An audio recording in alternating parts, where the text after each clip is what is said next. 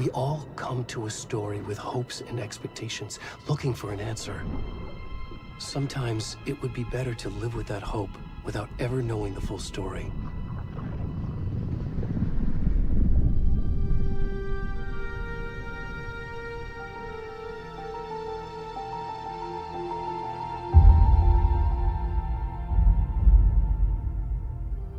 In a horror story, there are only victims and monsters. And the trick is not to end up as either. But trapped by the genre, we are all ripped to pieces along the way.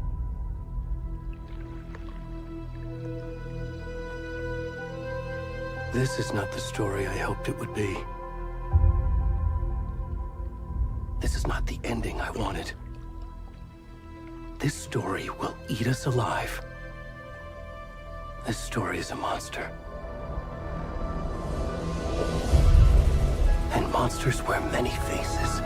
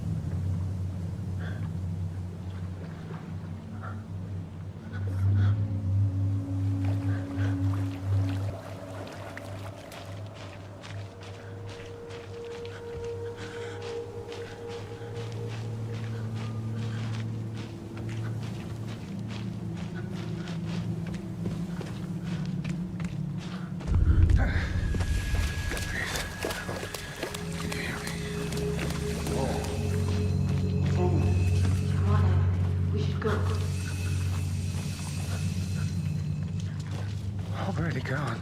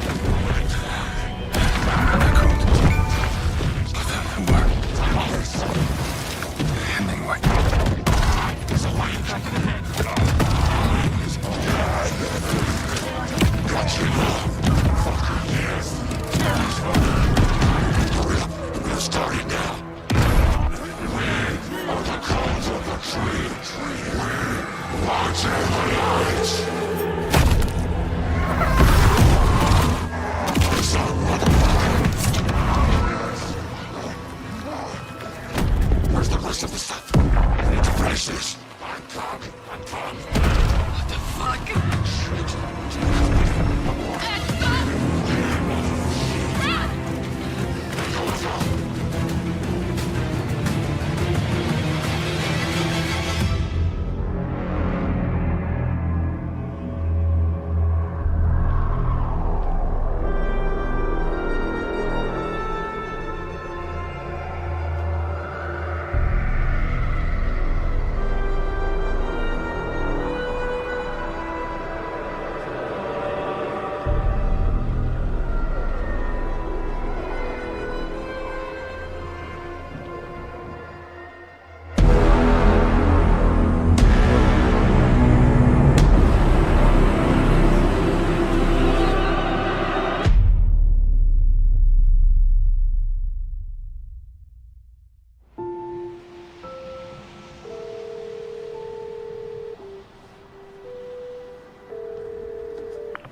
Hey, kiddo. How are you? I'm good, Mom. How are you? This trip might take a little longer than I thought. I'm sorry I've been gone so much lately, Logan. Oh my god, Mom, it's not your fault people get all murdery. What happened? Just work stuff. Right. Well, Dad and I are just watching the latest episode of Night Springs here. Mom, it's so good. No spoilers! I'll let you get back to the show. You were supposed to wait and watch with me. I love you both. This is what happens when you go on work trips, Mom. Love you too. And say hi to Casey. Tell him to stop brooding so much. Logan? I will. Bye, kiddo.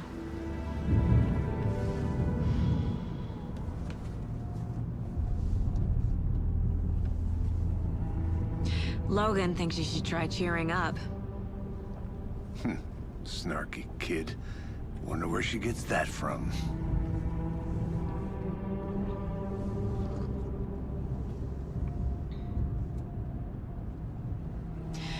It can't be a coincidence that another body turns up just as we arrive in town. Feels like the killer's leaving us a message. I'm glad you're on this case with me, Anderson. It's right up your alley. You should take lead. Think of me as the backup. Okay.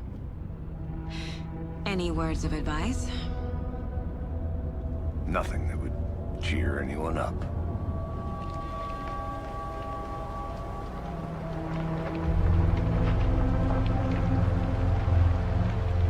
Here we are. Cauldron Lake. Time to get to work.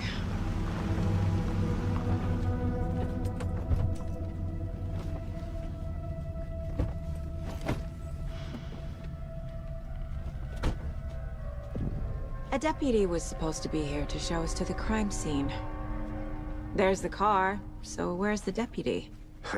Eaten by a bear? I'll check out that map.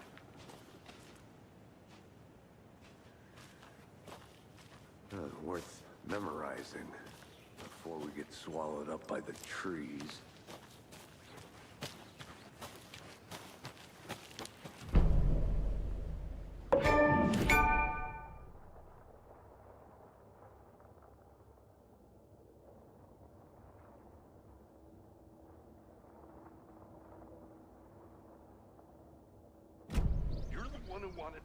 I think I hear someone. I'm not walking all the way back Could down. be our deputy. I can go take a look.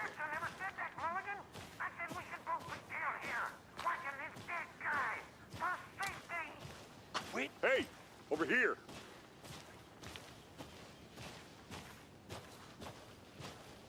Hey there. Agent Casey, right? Sheriff Breaker said you'd be coming by to take over the case. You're half right. Anderson? Saga Anderson. I'll be leading this case. Seems you're... Were there any witnesses? Yeah, a couple out-of-towners. I wonder what they were doing sneaking around the woods at night. Not that we have anything against city folk, right, Thornton? But don't worry. Sheriff Breaker took them back to town a while ago.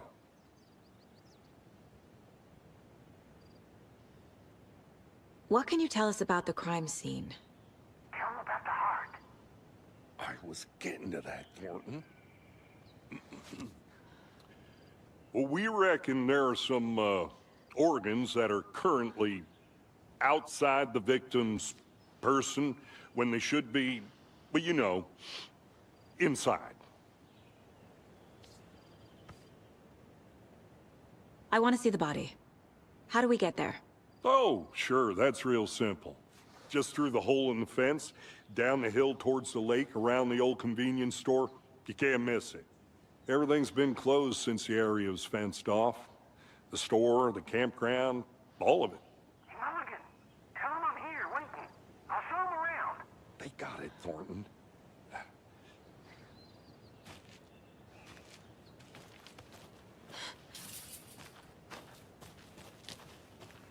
Before we get to the crime scene, there's time to review the facts of the case so far. Make sure I'm seeing the clues clearly.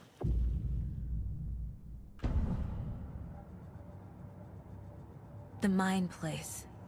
My version of the Mind Palace technique. To sift through clues and work the case. Building the Mind Place again for each case. Using each field office as a model in my head. The facts are on the board. Everything we know about the previous murders. Worth taking another look.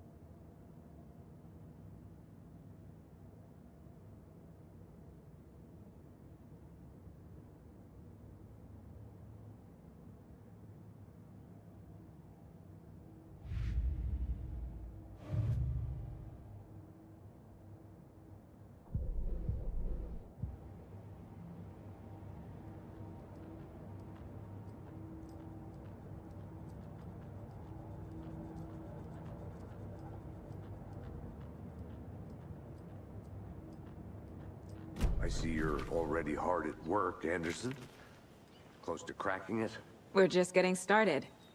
Let's head down the hill to the crime scene. Fucking nature. Gives me a headache. There's too much sky.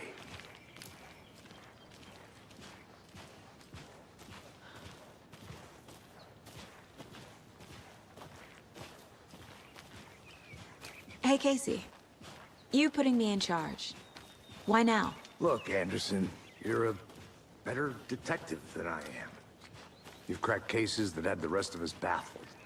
I don't want to slow you down. Are you thinking of retiring?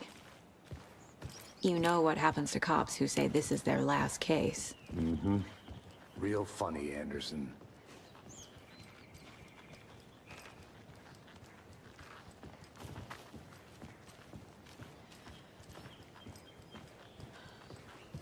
Stairs are out. You okay to jump down? I'm not.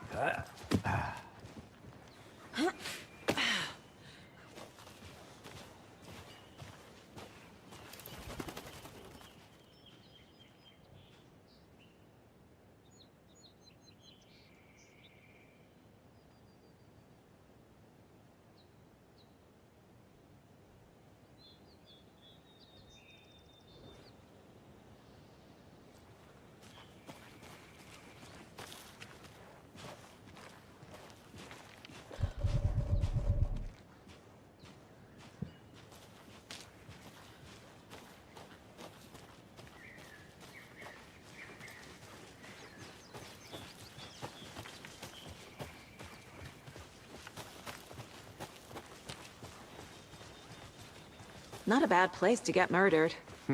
If getting back to nature is your thing. Damn. Should have brought an umbrella. I like the rain. The only thing around here that feels like home.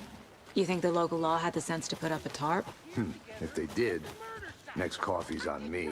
Want to swap? No, still not getting it. Try explaining it one more time. How much clearer can I make it, Mulligan? Deputy Thornton, I take it. That's me, at your service, ready to get this case solved. Now the body's behind the store. Come on, I'll show you.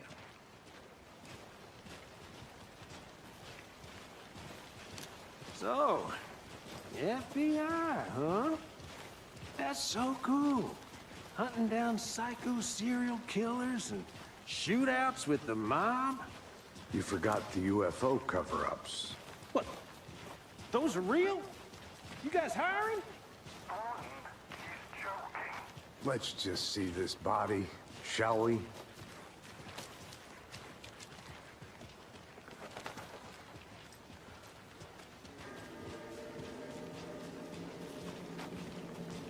Now this is the scene of the crime.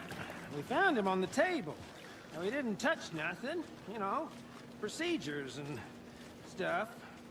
Thanks, Deputy. No tarp. You owe me a coffee. Okay. Let's start by examining our guest of honor. Does this fit the MO of the previous murders? Body is positioned on the table. Ritualistic.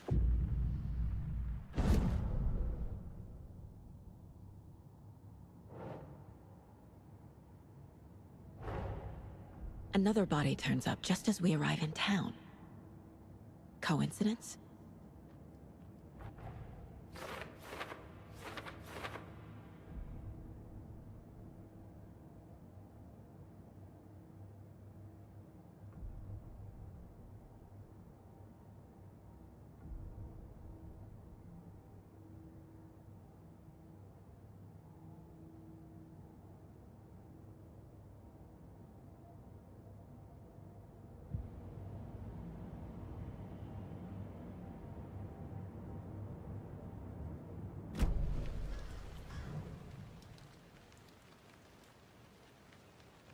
The killer left the heart right next to the body. Bruising on the wrist from the cargo straps holding him down. Inside stab wound. Chest cut open. Heart removed.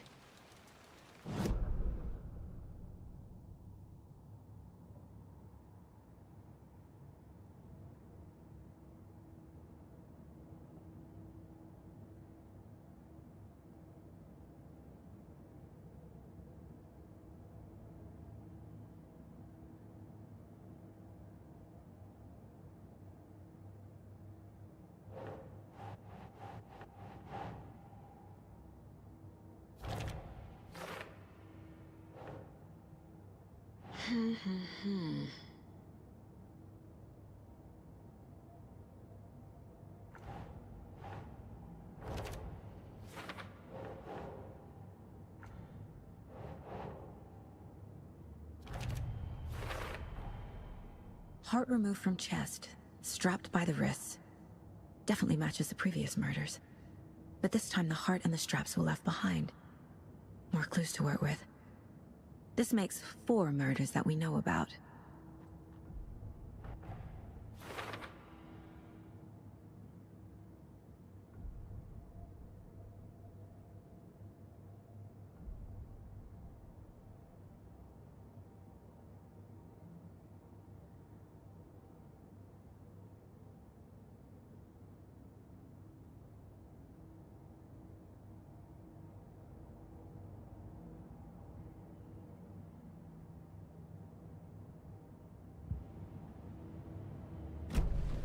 Who is our victim?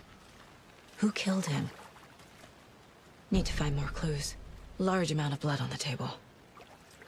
The victim died here.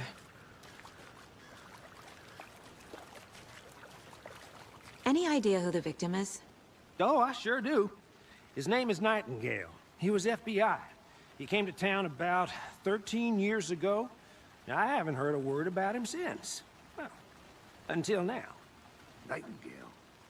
Robert Nightingale? Oh, yes. You probably knew him. Brothers in arms. Oh, and sisters.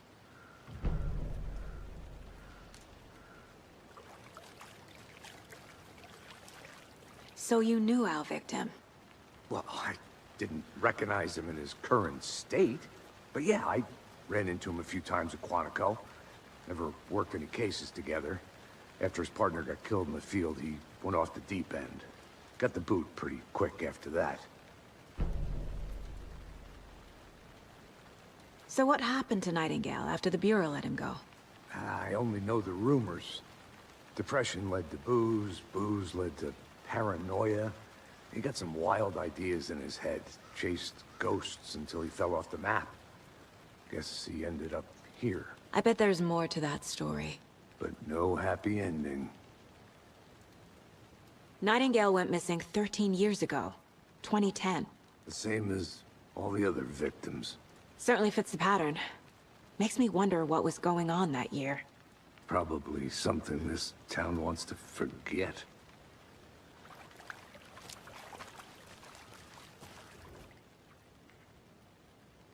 Someone was drinking beer.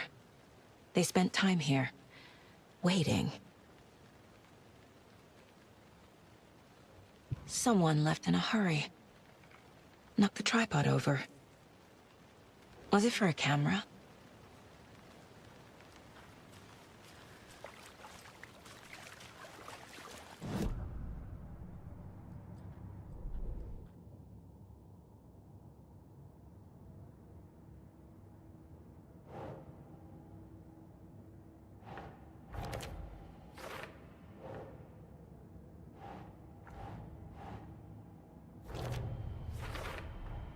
Robert Nightingale, ex-FBI, came to Bright Falls 13 years ago.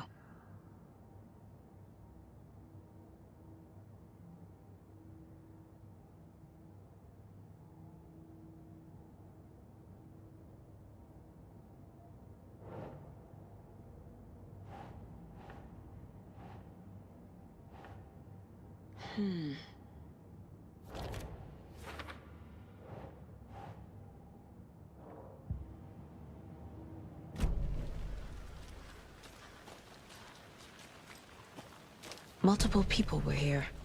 Multiple killers?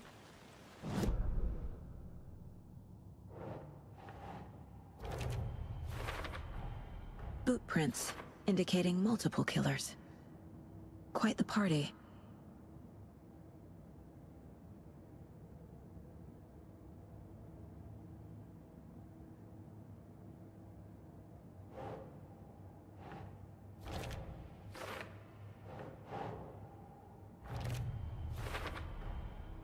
They planned for the murder to happen here, passing the time with equipment ready.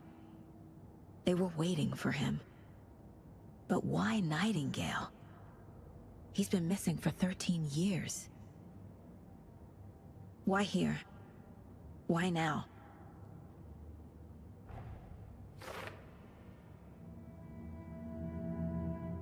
Profiling.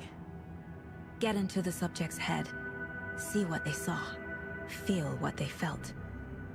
Use whatever I know about them to guide my intuition to a revelation. Piece it together.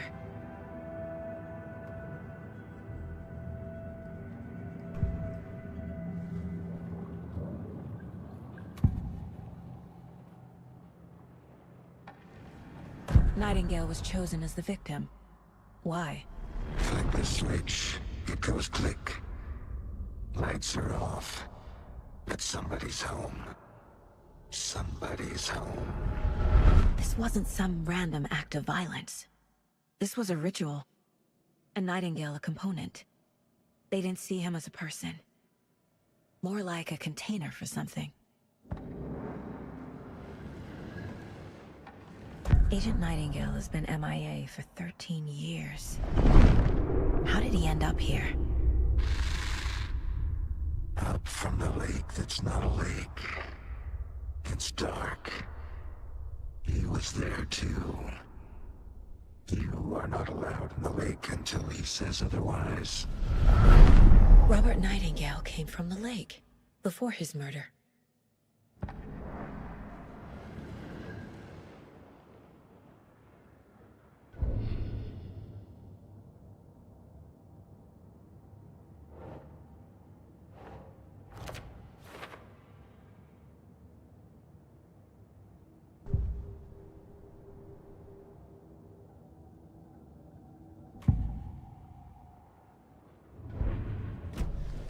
The lake is connected to Nightingale somehow. Casey, let's take a look down by the lake. Lead the way. Sounds good. This way, right? Right. Well, okay. Well, I'll just wait here.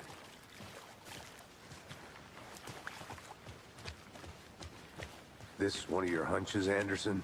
Did something happen at the lake? I think Nightingale came up from that direction. From the lake. Probably looking for shelter. Safety. They were waiting for him. When you're ready, I'd love to hear what you put together so far. Sure. It's not that complicated.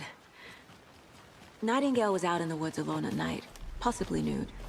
The killers knew he was here, ambushed him, dragged him to the campgrounds, strapped him to the table, cut his heart out. But then they were interrupted by those witnesses, the Bookers. A witch with no heart. A strange echo of Al murder. I didn't know trees got that big. Gives me the creeps. You need to get out more. It is kind of creepy, though.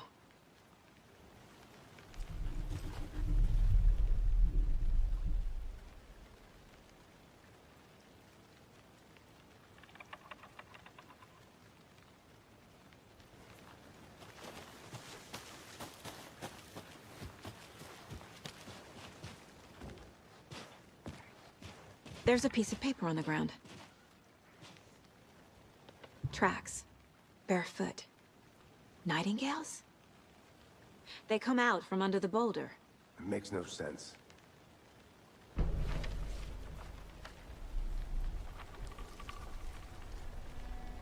A page full of text on one side. Not a printout. Written with a typewriter. Old school. Lines scratched out and edits added with a pen. Like a manuscript. Page of a story. Killer left a message. It's for us. The text is about us. The victim was one of their own. FBI Special Agent Robert Nightingale. And then there was the page they found. The first step down into terrifying depths. Reading The the words. These words felt like a message. Felt like a message. Someone knew they were here, someone playing a game with them. An invitation. How could they not accept, even if they knew it would end up hurting them?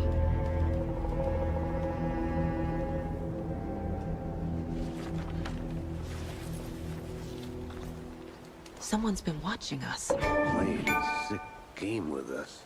You were right. This is right up my alley. Nightingale came this way. Either he dropped this page, or the killers left it for us. I should profile Nightingale about this page.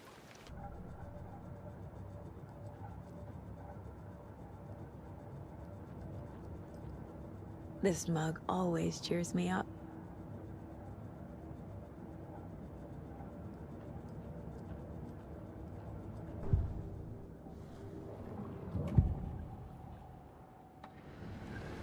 We found a page in the woods. A story about these events. What is Nightingale's role in this? I carry his words close to my chest now. Inside, the awful truth.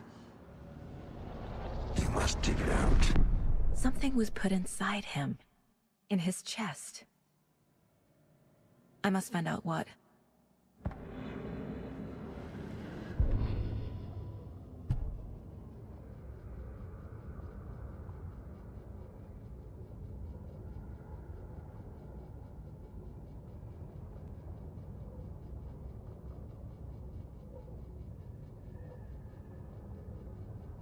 victim was one of their own. FBI Special Agent Robert Nightingale, gone missing here 13 years ago. Now he had suddenly turned up, only to be murdered in a brutal ritual on the very day of their arrival. And then there was the page. This page, the first page that they had found, not the last. The first step down into terrifying depths. Secret truths trembling beyond the threshold. Reading the words, these words, felt like a message. Was a message. Someone knew they were here. What they were doing. Someone playing a game with them. Leading them on. An invitation. How could they not accept? The sheer audacity of this impossible mystery presented to them. Even if they knew it would end up hurting them.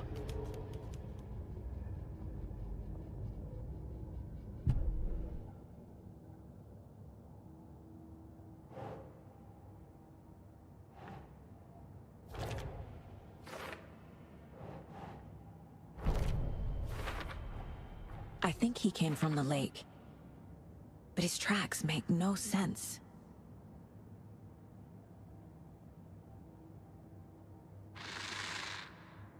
Up from the lake that's not a lake. It's dark. He was there too. You are not allowed in the lake until he says otherwise.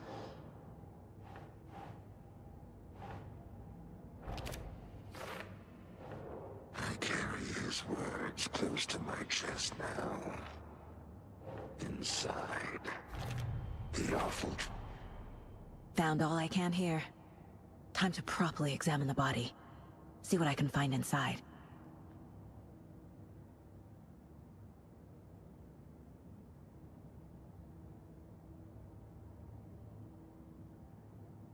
Casey, I think something's been put inside Nightingale's body. Let's tell the deputies to get the body to the town morgue. Okay.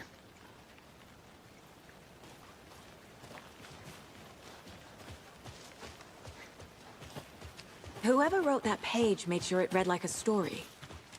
Like a scene from a thriller. I hate all of it. The text said we'd find more. I believe it. But what's the purpose?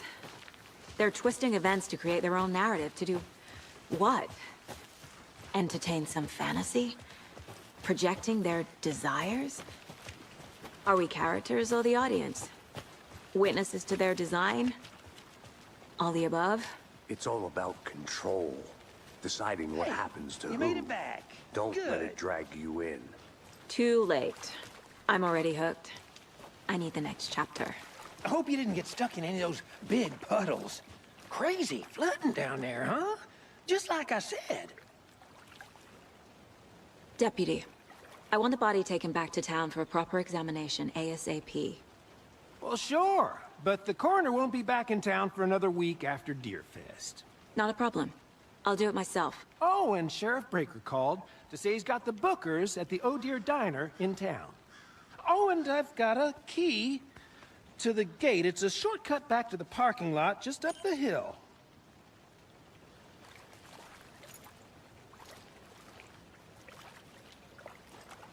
Thanks. Let's get the car, drive to Bright Falls, and talk to these witnesses, the Bookers. At the diner, right? I could use a cup of coffee.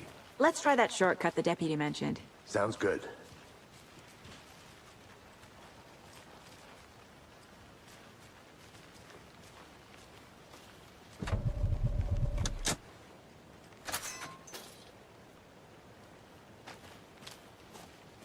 Seems like a nice town so far. Murders aside. Pretty woods. Cute lodge we got set up in. We should go for a hike if we get a chance. Now you're just being mean, Anderson.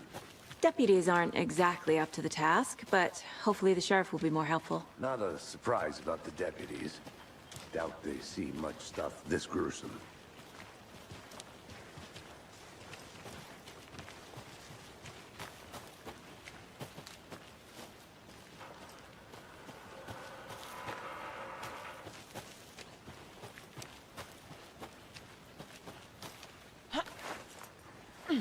Is that a kid's lunchbox? An Alex Casey movie lunchbox. Casey hates the endless jokes about coincidentally having the same name as a fake detective. He hates those cheesy But he really hates the movies.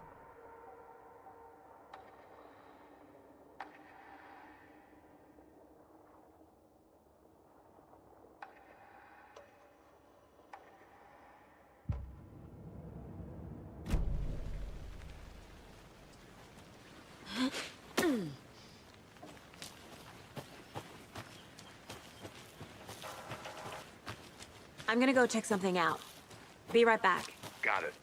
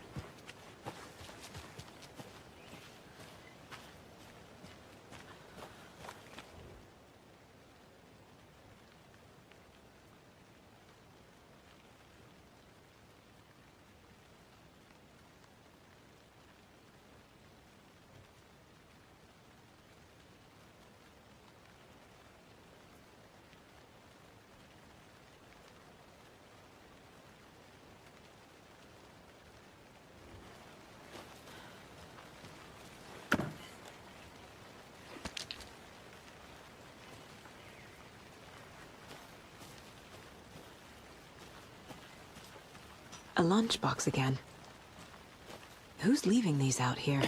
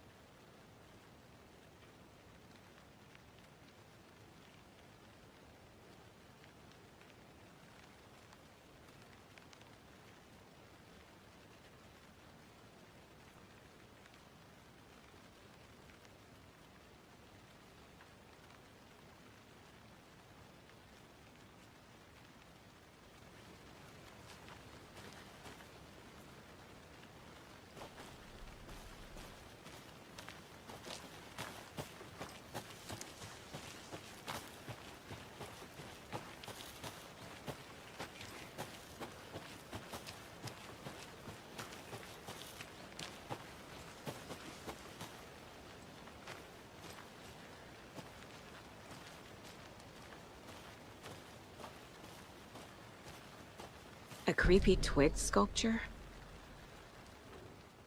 Wonder what's inside. I should take a look around for a way to open this thing.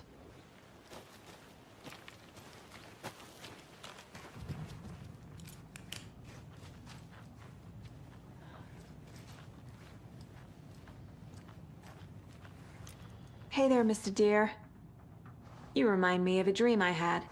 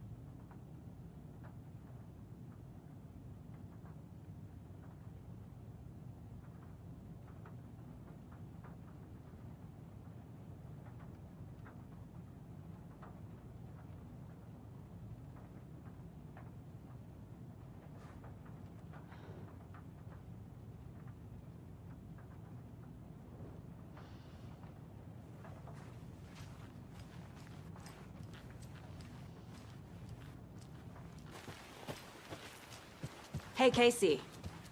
What's the Forest's favorite shape? Please, Anderson. Just one case without the A triangle. I don't get it. Yes, you do.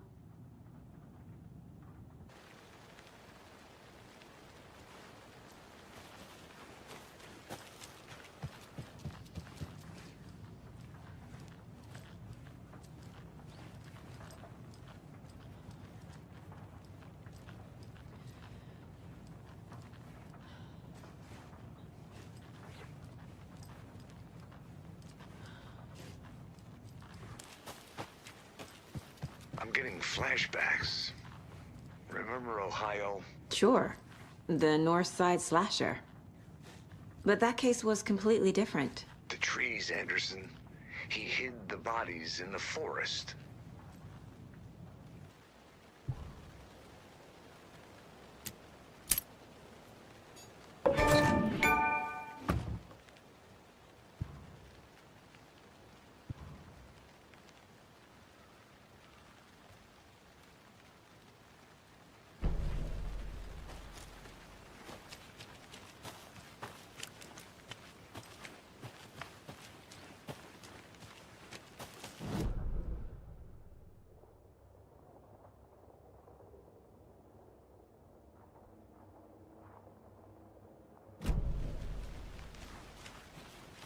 Welcome back, Anderson.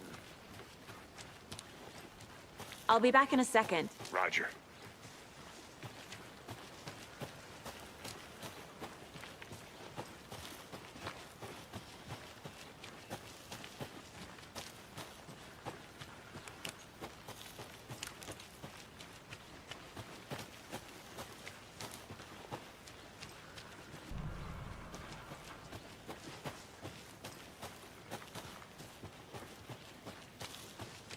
Can't fit the clues all together yet. Heart removed, tripod, tracks leading to a dead end. Tripod? For a camera? To record a snuff film? Maybe. And why take out his heart just to throw it away? To stuff in something for us to find. I think I saw something. It'll only take a minute. I'll wait here.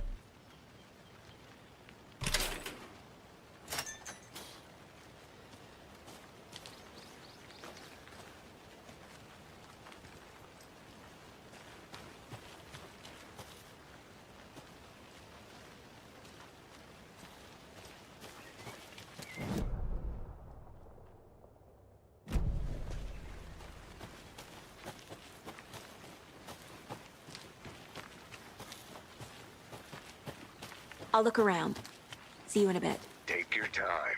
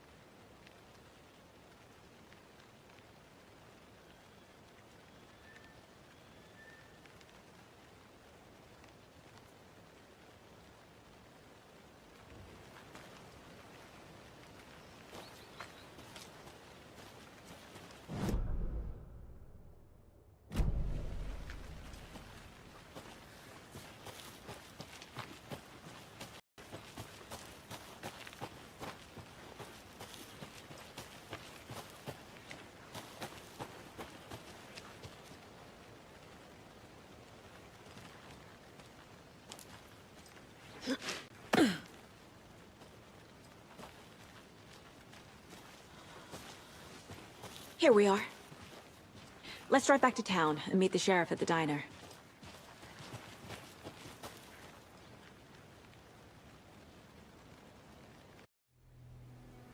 I can't get that manuscript page out of my head. I've never seen killers reach out so directly before. Damn impressive work so far. With your technique, these hunches were moving fast. I wasn't sure about taking a case so far from home, but I'm thrilled to be here for this mystery.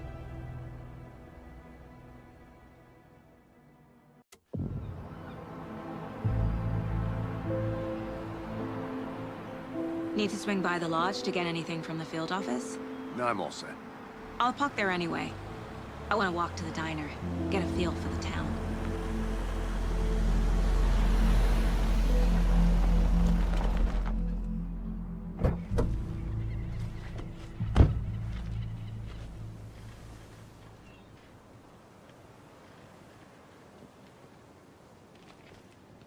The diner's just up the waterfront. Shouldn't keep the sheriff and our witnesses waiting. I smell coffee.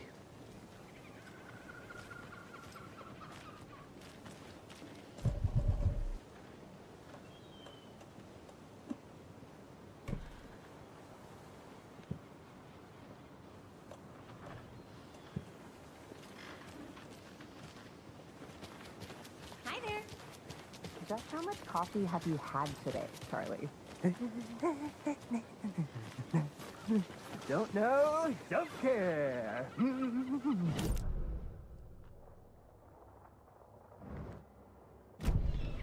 Never enough coffee. Oh, that rich, bittersweet nectar. Get it in Coffee World. Get it where you can. Get it now.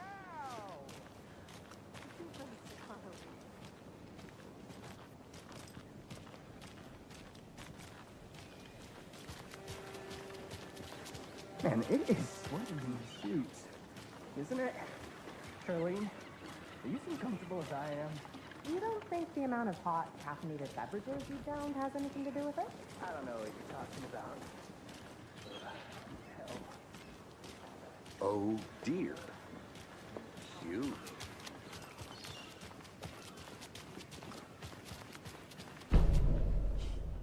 Let me guess. The FBI. Welcome to Bright Falls. It's nice to have you here. I got you both some coffee. Oh, it's Washington's finest. Nice to meet you, Sheriff. I'm set for coffee. You know, I wouldn't say no to another. I'm Agent Saga Anderson. This is Agent Alex Casey. Tim Breaker. And let me just say, I'm happy you two are here. Frankly, we could use the help. Your deputies said you had a couple of witnesses here. They made them sound like suspects. Mulligan and Thornton are still on about that? No, the Bookers don't strike me as the murdering type, but you can decide for yourselves. They're just inside having coffee and pie to calm their nerves. I'll see what they have to say. Casey, you compare notes with the sheriff. Take your time. We've looked through the case files you sent over, Sheriff. Have you had many people besides the known victims go missing? Sure. But it's slowed down ever since Cauldron Lake was fenced off. Let me guess. Missing person cases spiked around 2010. The fence was built just after. Yeah, that's exactly right. You can go ahead, Anderson. We'll be here. I can't believe that happened. I still feel like I'm gonna be sick. Come on, Ed. Have some pie. It'll take your mind off things.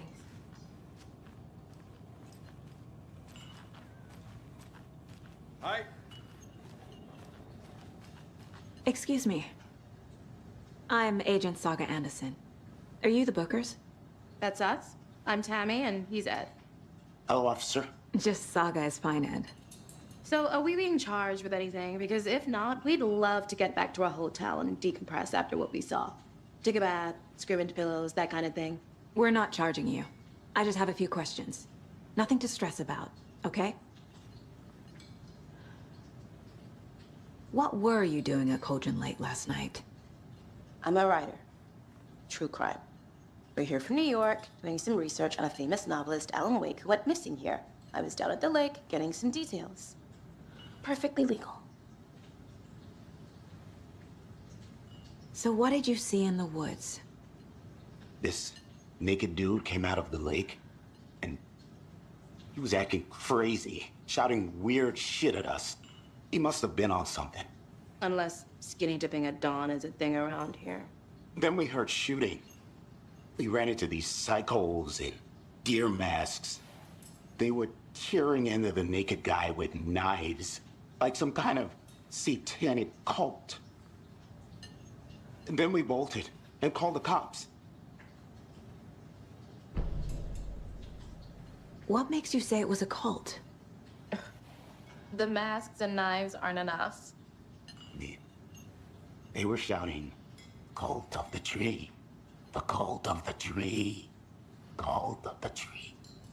Oh, and then we found her.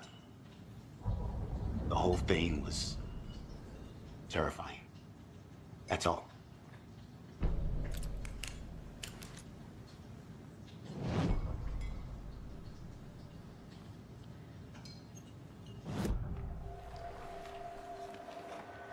The cult of the tree. What aren't the Bookers telling me? I found their necklace. The symbol is 2 triangles. The cult wants their spruce tree back, Tammy. Finders keepers, Ed. My publisher will want this on the cover. Tammy found something. A necklace belonging to one of the cultists.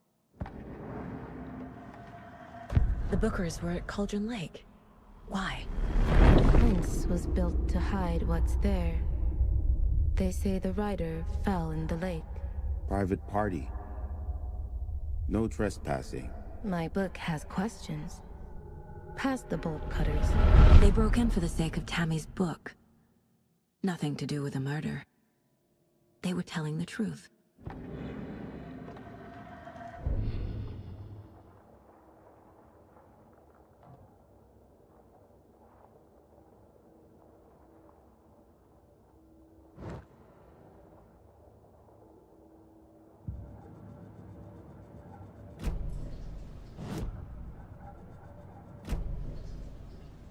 So you found something there, right?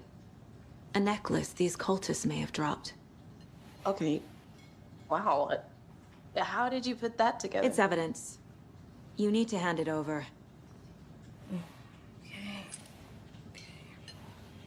Told you not to keep that thing to me.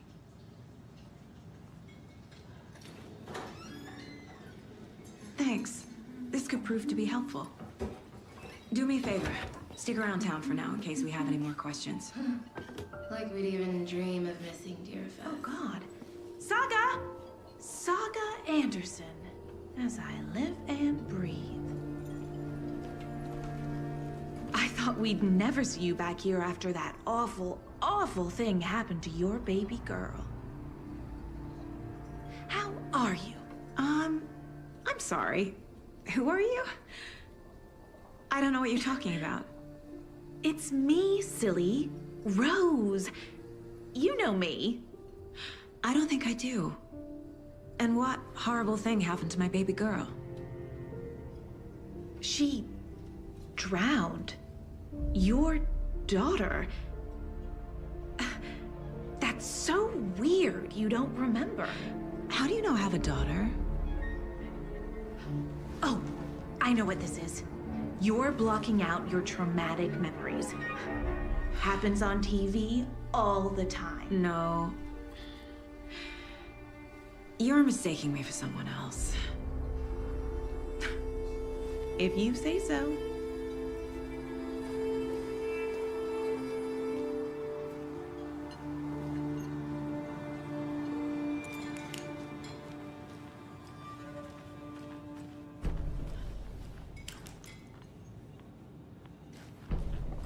Hey, how you doing?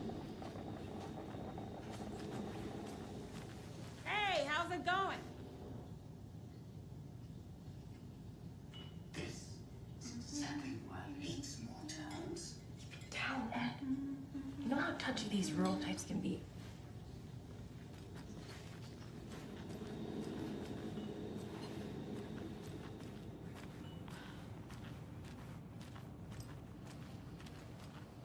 All set? My guys have Nightingale at the morgue if you're ready to go take a look. Let's go. Well, Casey, I got a lead. Looks like we're dealing with a cult. The cult of the tree. A murder cult. Fuck. Have you heard of this cult of the tree, Sheriff? Only the urban legend. If you're in the woods at night, the cult will get you. That sort of thing.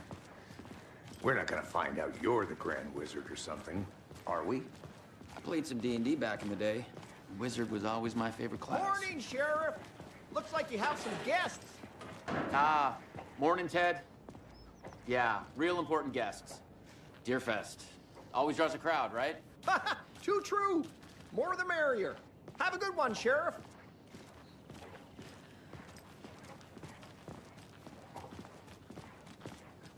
Hey, what do you know about that waitress from the diner? Rose? Yeah, she's a bit of a space case. Always has been. Why? What'd she do now? She kept saying that my daughter drowned. She even knew my name. It was all very weird. Rose has a talent for saying the weirdest thing possible. But it's best not to take it personally.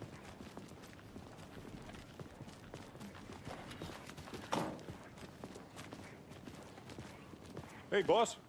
Corpse is downstairs ready to go. Yep, in the morgue, all prepped. I'd like to take a closer look as soon as possible. Lead the way, Sheriff.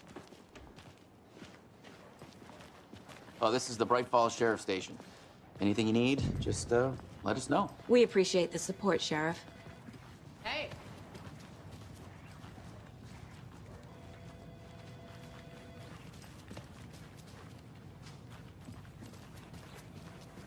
Agent?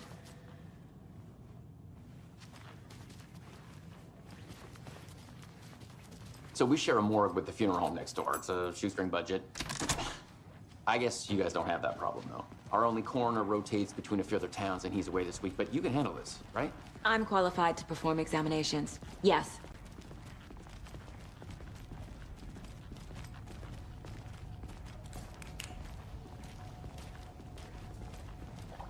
Something about morgues. They always cheer me up. I can't say I feel the same. He's joking.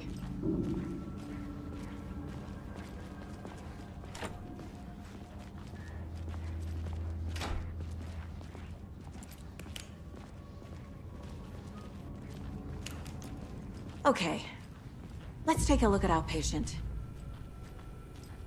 I'll start with the external inspection before performing the internal examination. What was the cause of death?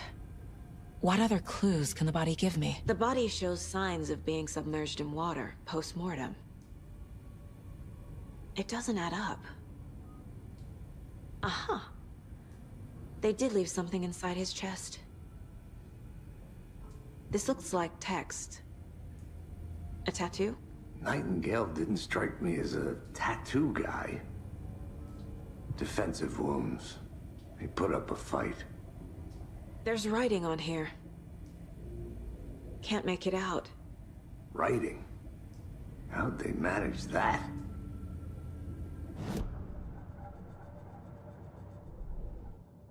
I carry his words close to my chest now. Time to see what Nightingale's body can tell us.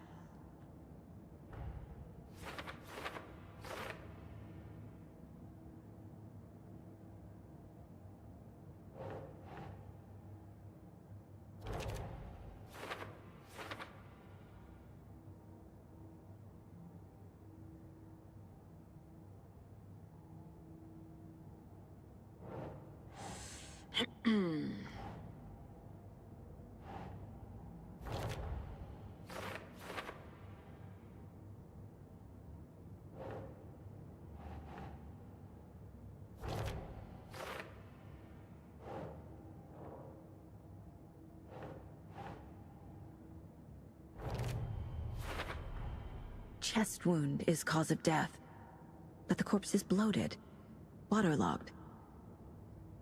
Doesn't add up.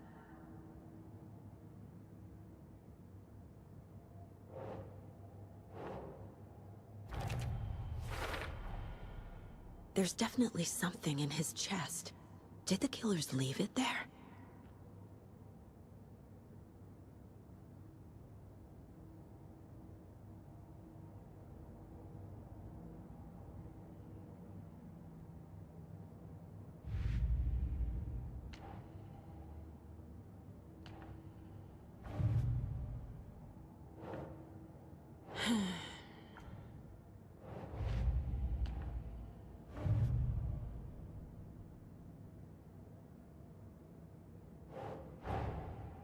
Finding a Casey movie lunchbox out here can't be a coincidence.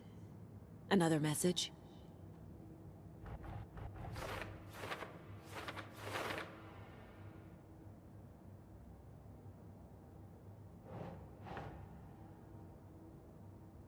Doesn't make sense.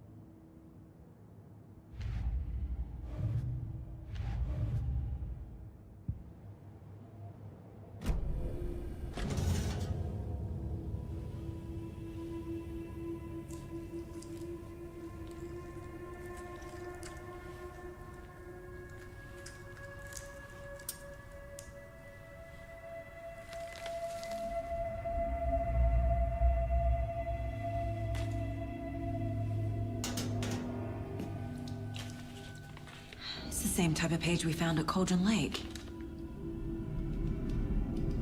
Nightingale hunted Saga. Didn't see her. The Taken could not see into bright light. Light hurt them, made them vulnerable. Nightingale had no heart, but here he was, killing. Someone's created a fucked up fantasy about us. Hey, hold on. We found these kinds of pages. I didn't think they were relevant to this case. I have them right here.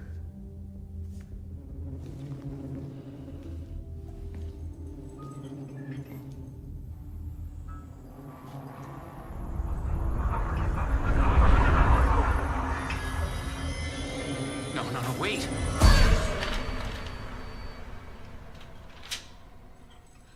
Sheriff? What the hell? Show me the clicker.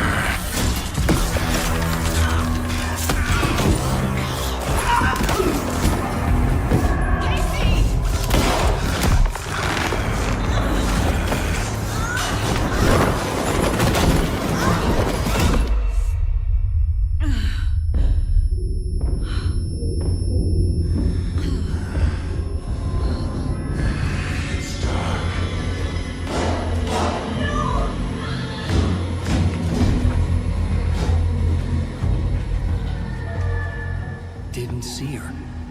Could not see into bright light.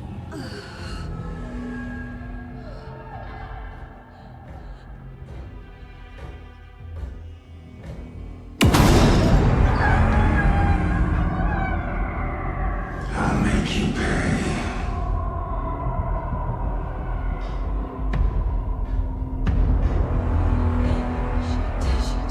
He's coming. No weapon. The page set to get into the light.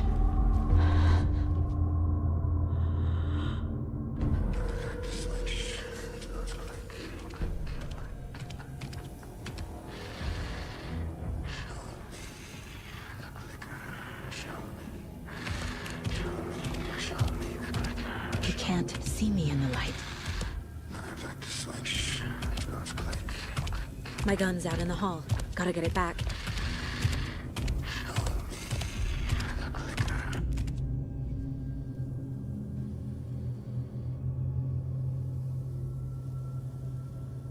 Go!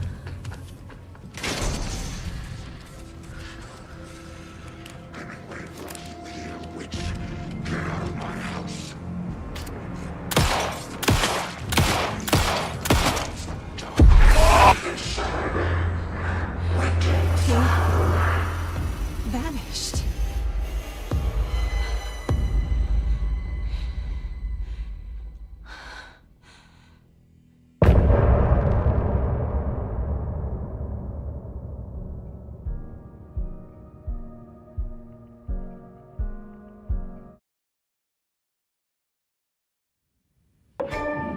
He didn't have a heart, but he still got up.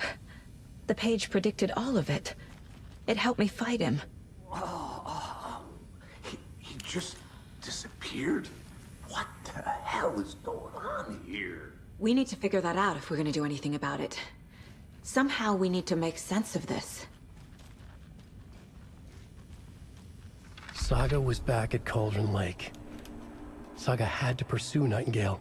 Into the overlap. Finding a way in would be difficult. A ritual. Saga would learn how. Stop the monster.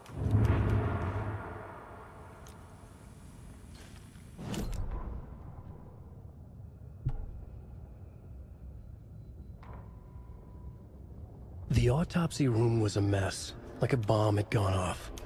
Nightingale hunted Saga. Didn't see her under the light, lurched past her. The Taken could not see into bright light. The light hurt them, hurt the darkness in them, made them vulnerable. I flick the switch, it goes click. Show me the clicker, lights are off, but somebody's home.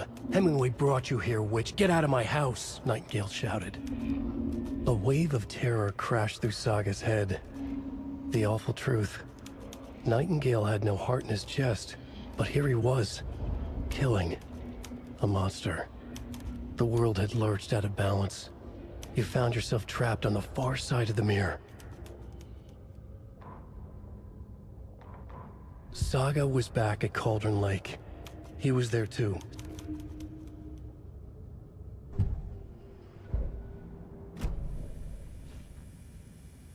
Right before things got crazy, Sheriff Breaker just vanished. Maybe the sheriff knew more than he was letting on. He seemed anxious, like he dreaded what was coming. One more mystery. There's no rational explanation to what we just saw. I'd love to blame this on mass hallucination caused by inhaling volcanic gas, but we both know that's bullshit. This was supernatural. Well, I'm glad you were the one to say it. Now we can figure out a way forward.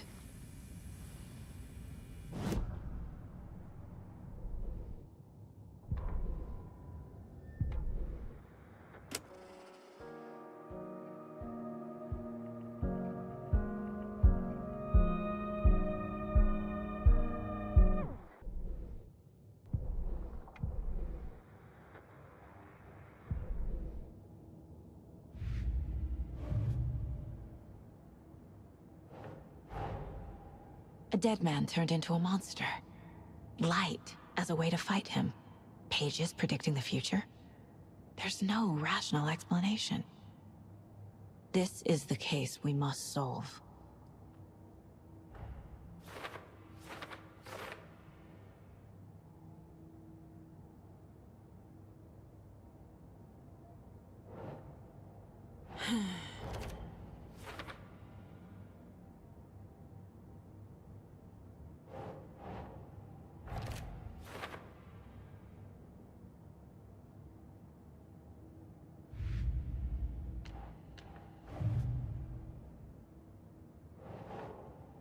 Think, Saga.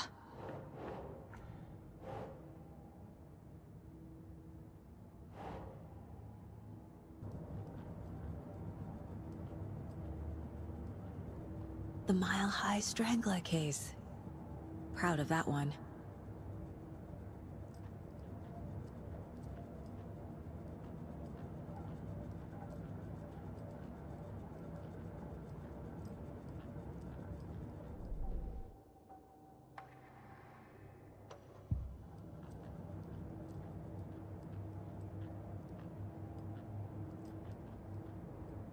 If only the rest of the Bureau knew what a softy Casey is.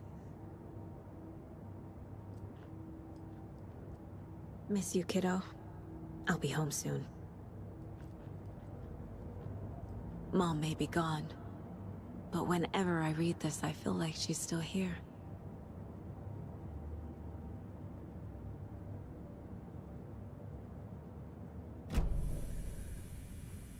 The victim of a ritualistic murder turns into a monster. Is there a connection? Looks to me like the cult of the tree is performing rituals to create monsters. Maybe. We need to start with learning this cult's goal. Their purpose. The page places Nightingale back at Cauldron Lake. Calls him a Taken. We need to head over there, stop him, before anyone else gets hurt. Okay.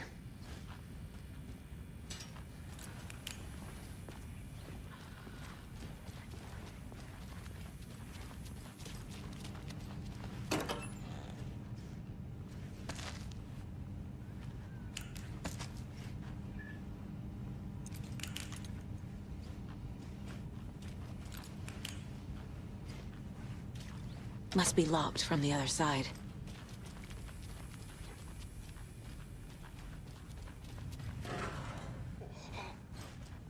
We heard gunshots. Y'all okay?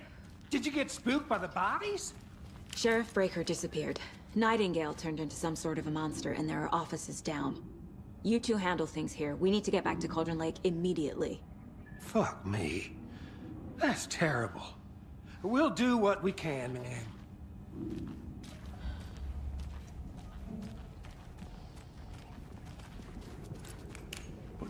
That's crazy, right, Thornton? Nightingale's heart was missing. How could he do anything? He's dead. Yeah, right.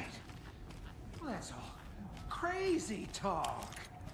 Monsters aren't real, and what do you mean the sheriff disappeared?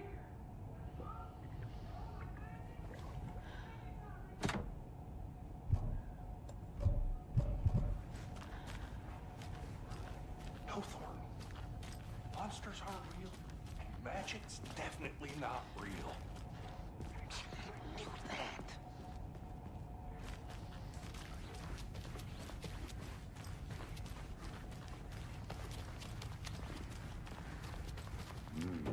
They're a fine pair.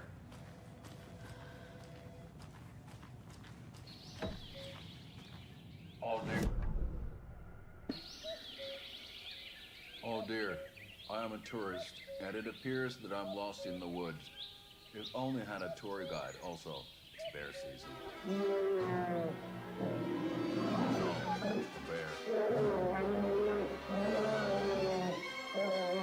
Help.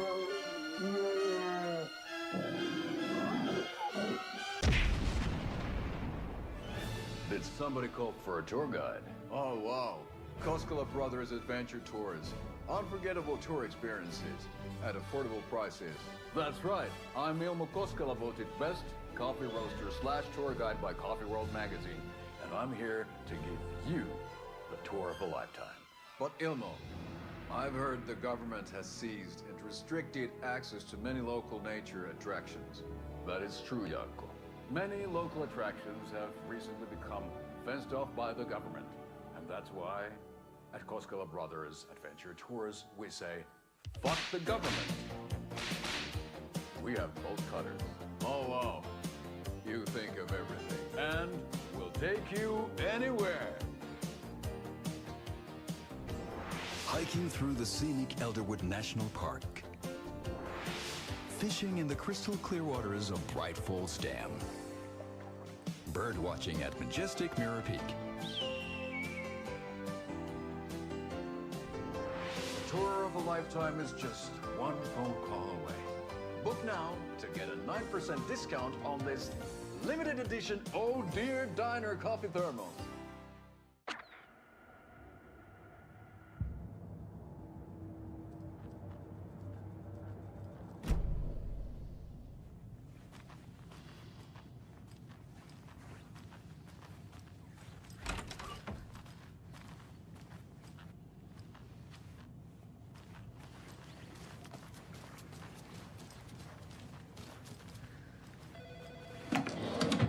My client has been held here long enough. Are you gonna let me speak to them or not? Just a moment, ma'am. Someone will be right with you.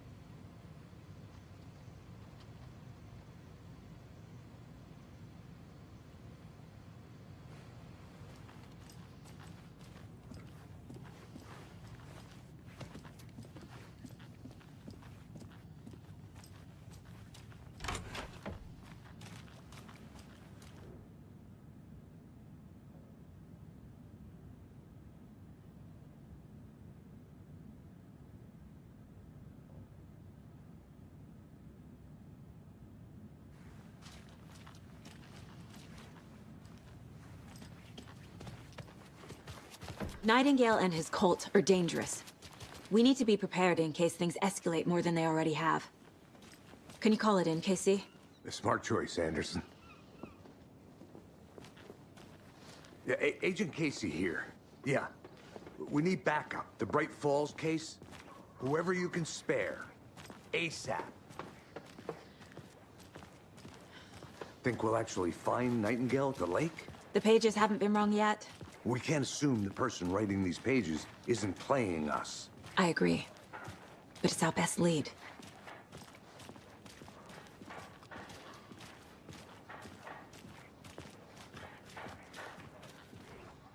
Mercado won't roll over on the issues.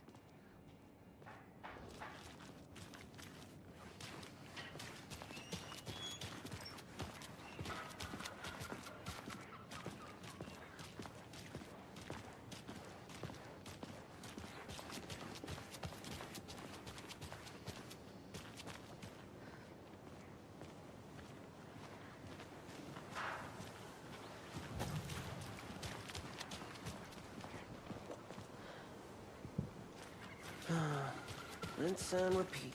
Clock out, get a beer. Or maybe... I need to come clean, Anderson. I know why Nightingale was here 13 years ago. He was chasing a writer, Alan Wake. Tammy mentioned him. She's writing a book on his disappearance. You know the detective character from his books, Alex Casey. Yeah, I've heard the jokes at the office. Cold case Casey. Murder case Casey. Sorry. Ha. It's the same name, similar job. It's the first thing anyone thinks of. It annoyed me, but that was it. Then, 10 years ago, I started getting strange letters in the mail. Fragments of prose describing murders. You've heard the stories about what happened in New York. Some of it, at least. Bodies started to pile up. It was a murder cult. Turns out the fragments sent to me were from the crime books of Alan Wake. The cult was copycatting the murders from the books. In their heads, they were performing a ritual to bring Wake back. Their imagined prophet. After that case, I started looking into Wake's disappearance on the side. And you thought this case might be connected to him? His name does keep popping up. I just wanted you to have all the facts. Next time, give them to me before we find ourselves in the middle of a horror story.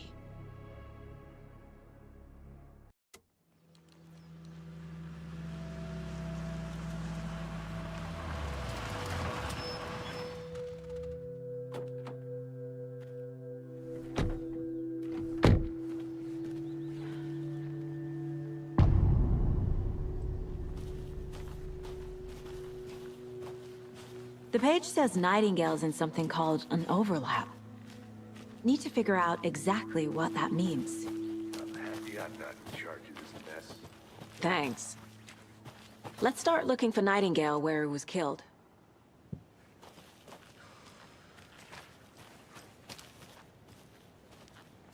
Great. This area is supposed to be close to the public. The writer of these pages knows what will happen. Because they're behind this, or because they can see what's coming. Impossible things are happening here. A world operating on different rules. I need to understand this strange logic. To see the clues. To solve the case.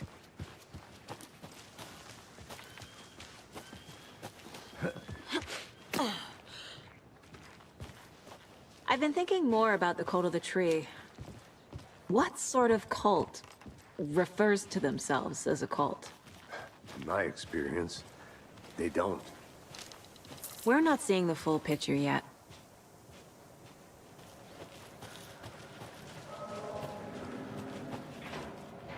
Hey, hello there. How are you folks doing? Hello. Saga Anderson.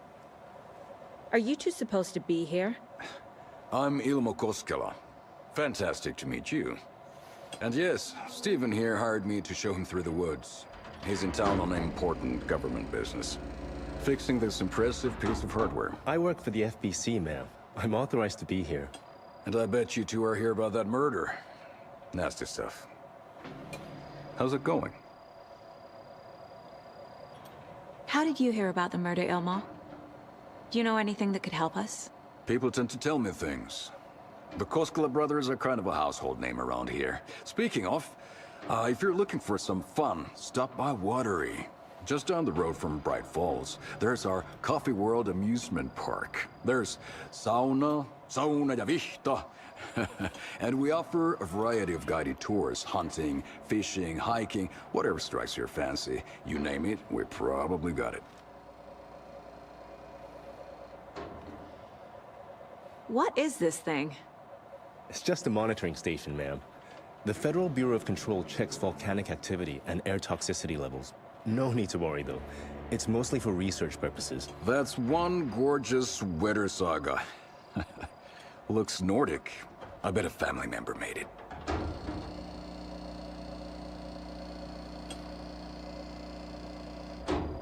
My mother made this sweater for me. How do you know? I knew it. My mom used to knit those sweaters for me and my brother. Watery, my hometown, was founded by Finnish immigrants. So between your name and the sweater, I figured your family might be from Finland too. Suomi, Finland. Ulla, Karjalan piirakka. Close. My mom's family is from Sweden originally. I don't know much about them beyond that. The sweater is just something to remember her by. Stephen, we're investigating a murder that occurred nearby. What can you tell me about your bureau? Nothing that isn't classified, I'm afraid. But I don't know anything about a murder. Operations here are run by a different department. I'm just here to make some repairs. The wiring on this thing frays every couple months. Yep, that's the raccoons. They grow real big here with teeth like you wouldn't believe. Can't gnaw right through a garbage can. That's all for now.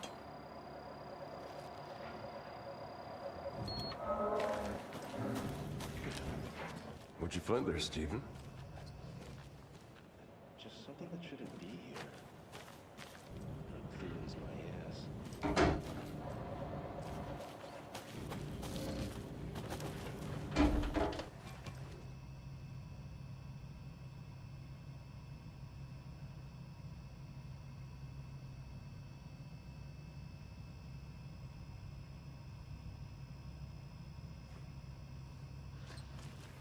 Happy to get you VIP tickets into Coffee World.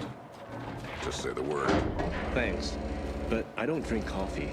We brew our own beer, too. Ahma beer. Oh, now we're talking. Let's get to the murder site, Casey.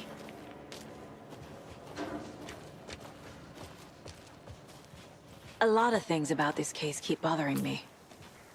But one thing feels really off. Breaker's disappearance. I don't get the feeling Nightingale was responsible. He was about to give you more of those pages. Something didn't want us to have them? Or was protecting him from Nightingale? Spontaneous combustion? I don't know. Not the kind of disappearance we normally solve.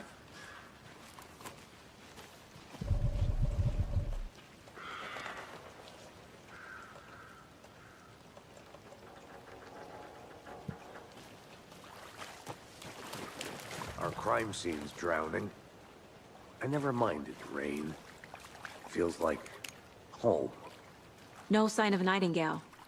But the page did place him at Cauldron Lake, in an overlap. So how do we follow him there? Maybe something around here will tell us. Monsters?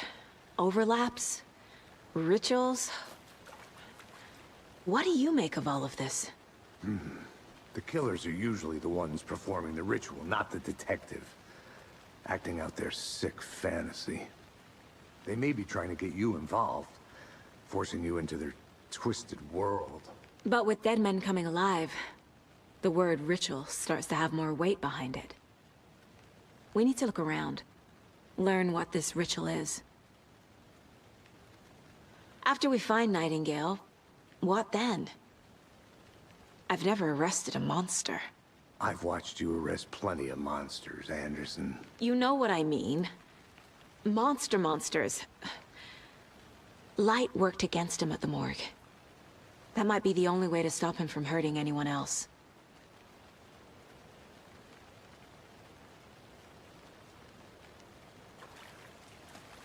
We've seen this symbol before. Good eye.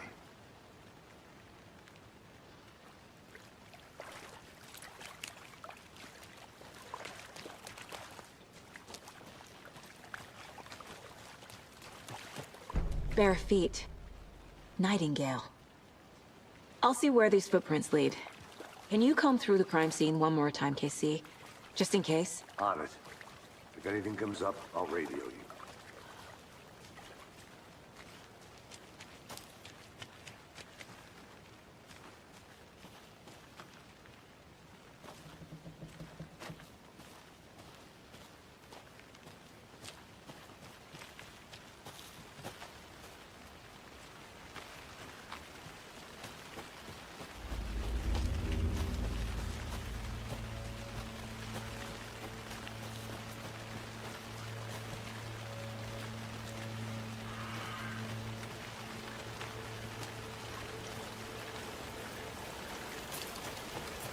The tracks lead into the water. Where'd he go from here? I can feel something. A presence. Nightingale isn't far.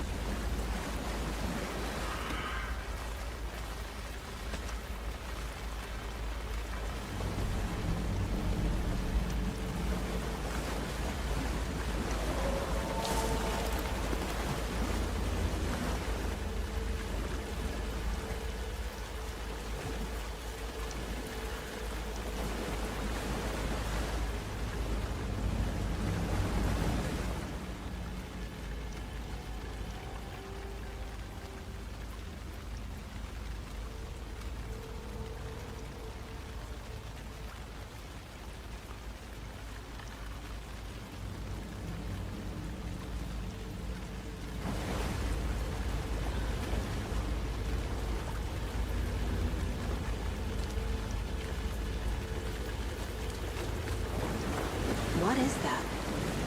Seems these aren't the same tracks that were here before. They're headed into the tree, not out of it.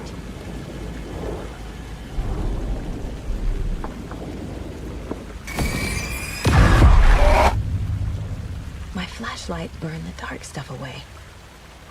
It was covering another page. The fuse was in place. Saga stepped into the witch's hut. Inside, a bright light. There were objects that stood out to Saga, as if the light had manifested them. The witch's hut. Okay. I trust the pages to lead me to the overlap. The fuse was in place.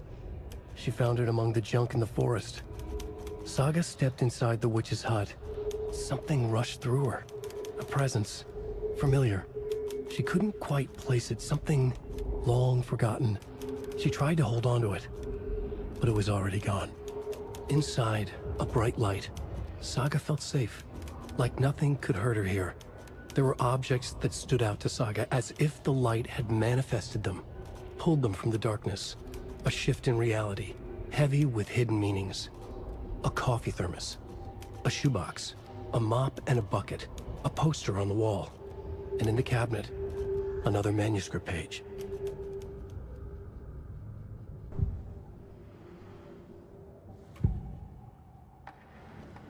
I know Nightingale is somewhere around Cauldron Lake.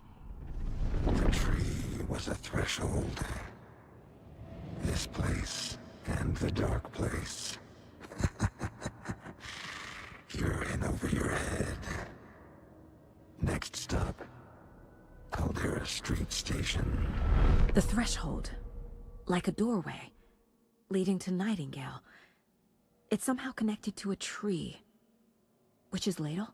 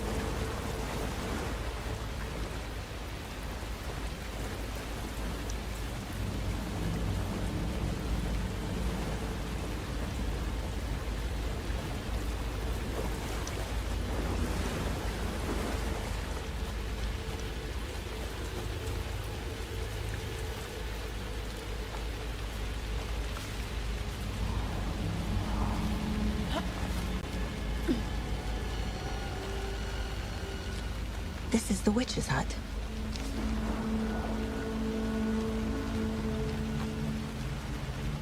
The page described the hut being lit and mentioned a fuse.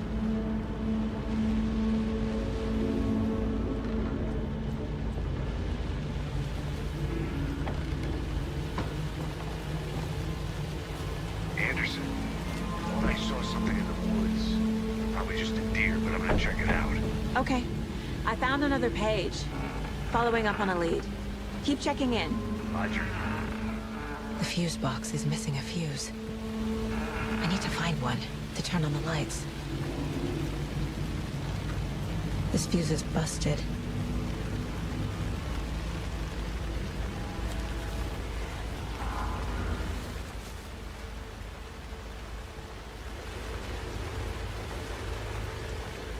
This one looks good. People should really stop littering, though.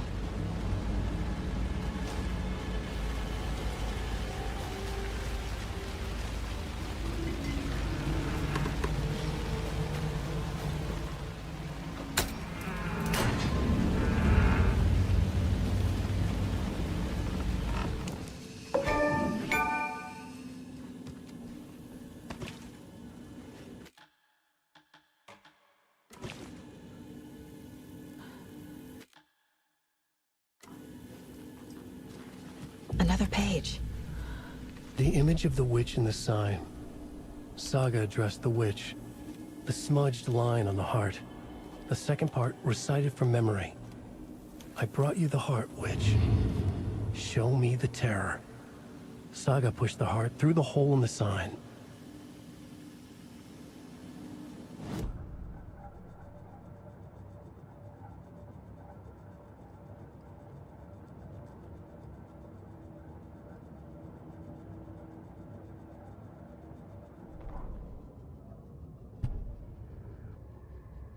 Witch's ladle, towering over Saga, watching her and the witch. The image of the witch in the sign. Nightingale's heart, a cold, dead lump in her hand. Her definition of sanity had changed since she arrived in this town. But she trusted the pages. Was forced to. Saga addressed the witch. She squinted to read the first part of the ritual words. The smudged line on the heart. The second part recited from memory. The words she had read on the page. I brought you the heart, witch. Show me the terror. Saga pushed the heart through the hole in the sign. This was the key. The tree was the threshold.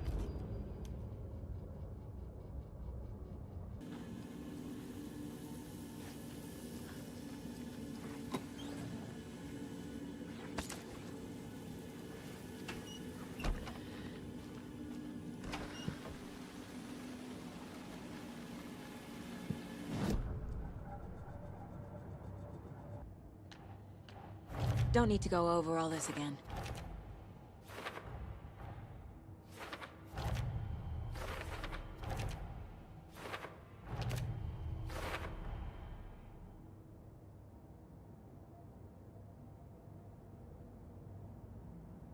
The tree was a threshold. This place and the dark place. You're in over your head. Next stop, Caldera Street Station. The page from the witch's hut seems to be describing some kind of ritual.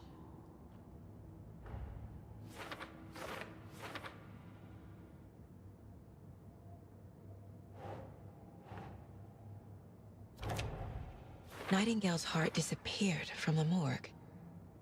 Where is it now?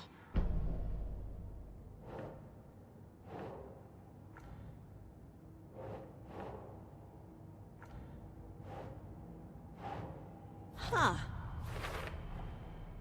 To get into the overlap, I need to find Nightingale's heart. Read the line imprinted on it, plus the line on the page to the witch's ladle sign. Then push the heart through the hole in the sign.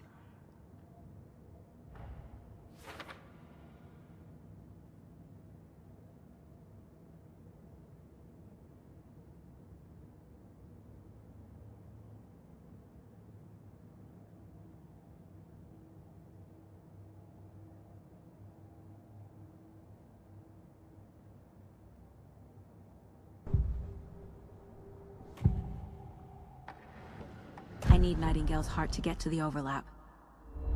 Where is it? Cultist isn't close. He was there, but he was risen. Nightingale was there. The opposite of sunspots. Who said that? That's not it. I don't have what I need to find Nightingale's heart. There must be more. Nightingale's heart. Where is it? While they played cards in the general store, the witch had stolen his heart. Get out of my house. Nightingale's heart is at the general store, in a fridge.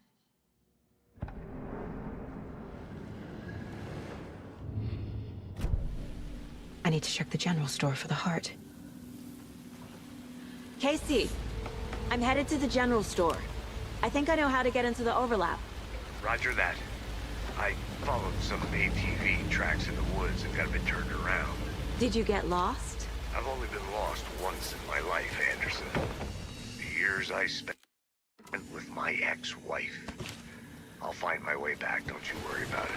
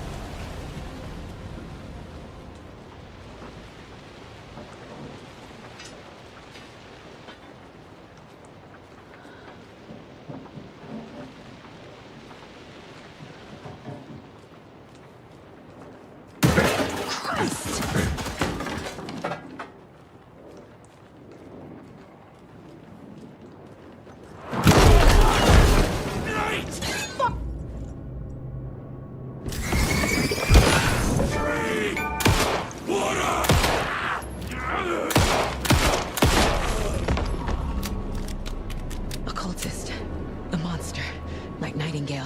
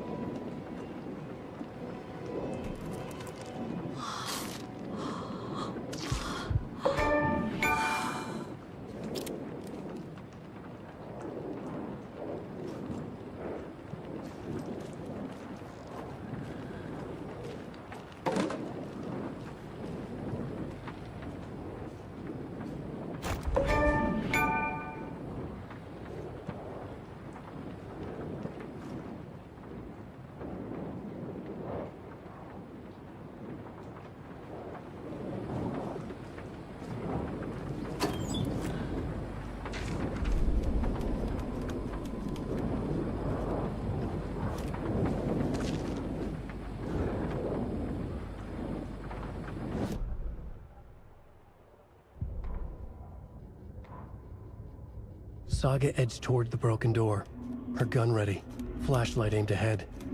Nightingale said it would be here. The Cauldron Lake General Store was overgrown, left to rot. Saga thought about the cult of the tree.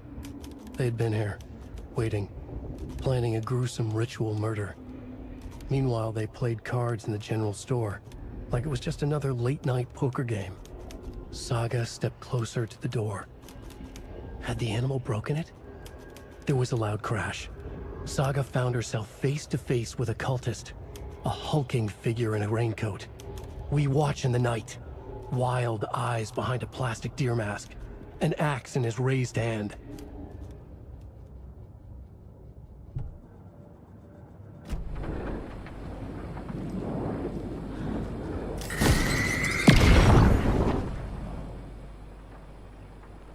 The text on the heart is clearer now. Legible. I feel like I recognize this. The fridge.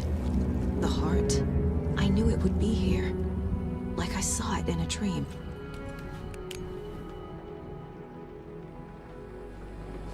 And now I need to give the heart to the witch. Makes total sense.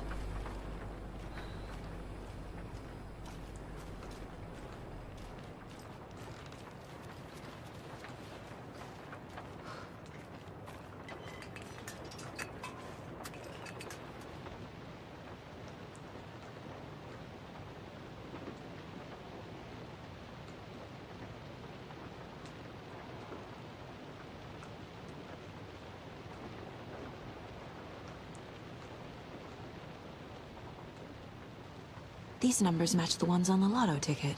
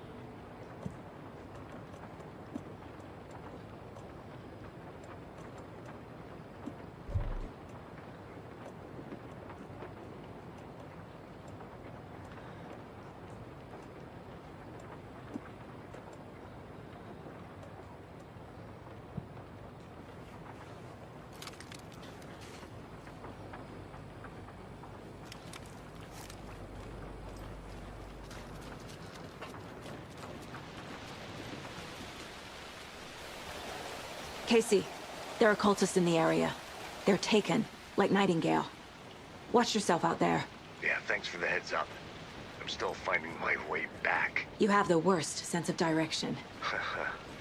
Any city in America I can get through drunk and blindfolded. It's these damn trees. Okay. I'm en route to Witch's Ladle. I need to perform a ritual to open the overlap. This case just keeps getting weirder. But it is exciting.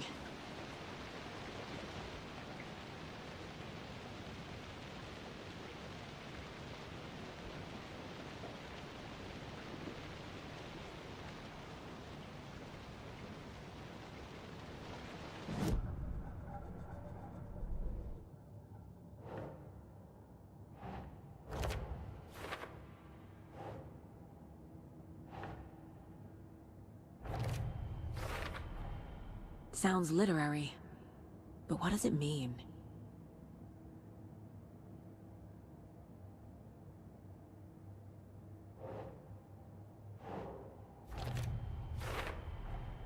Found the heart in the fridge, just like the page said I would.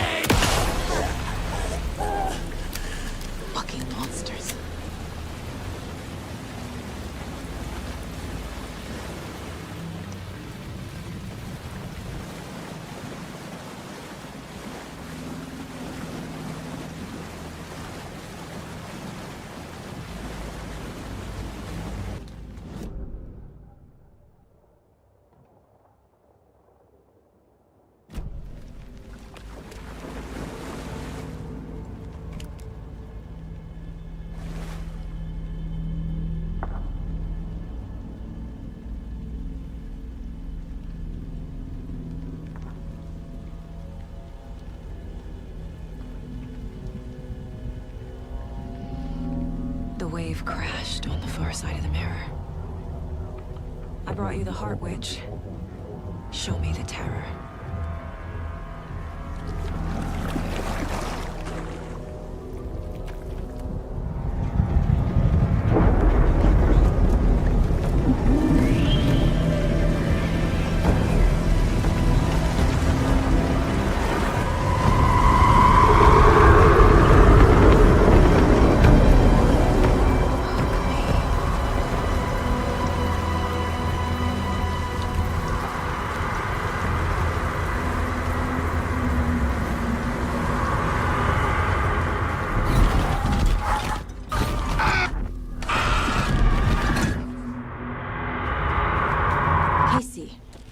I think I'm in the overlap. Are you still on your way? Casey! Casey, do you read me? Mom. Logan?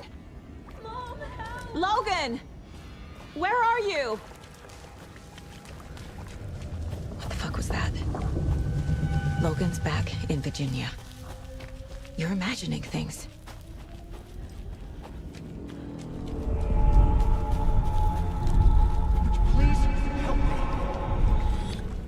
What was that? Wait. Did I get turned around? No, this is right. This place is looping. Like a nightmare.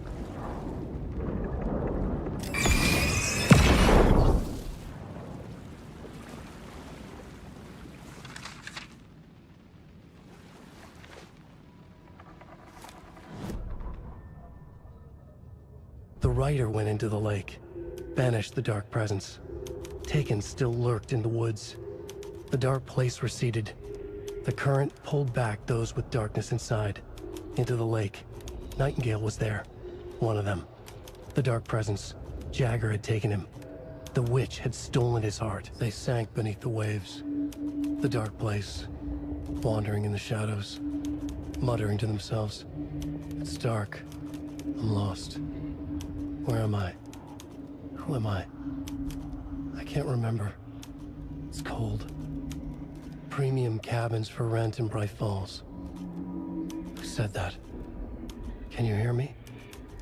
I need help. Please. Stop this. What did I do? You must dig it out. Their shape shifted. Echoes of the Rider's dreams. Fading in, fading out. The next story and the story after that. The Rider was writing again.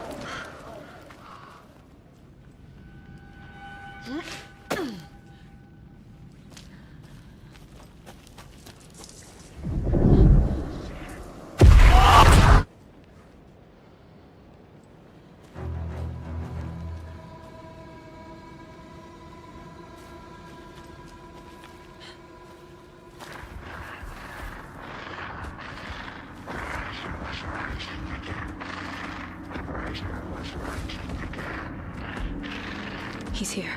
Nightingale.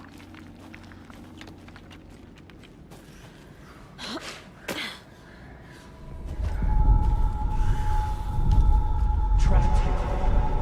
Who escaped? Danger. Who is that? It's like they're coming in over a bad signal.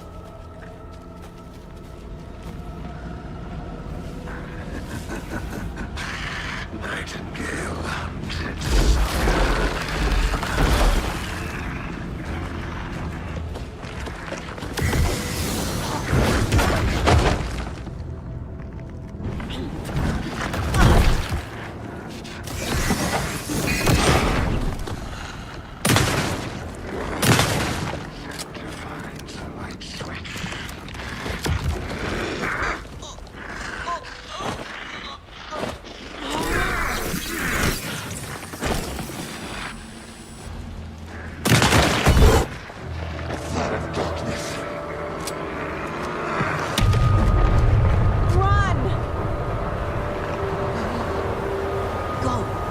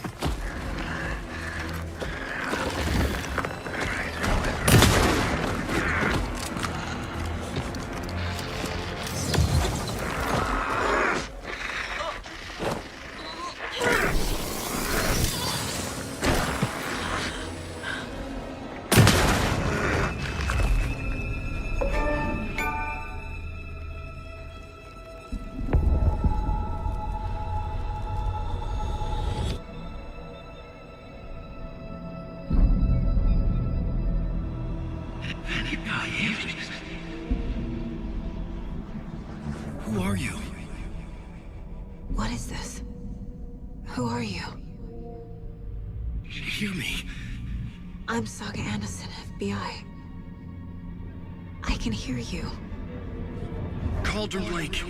Yes, I'm at Cauldron Lake. Where are you? How to escape. In danger. The dark presence. Danger. Thanks. Got it.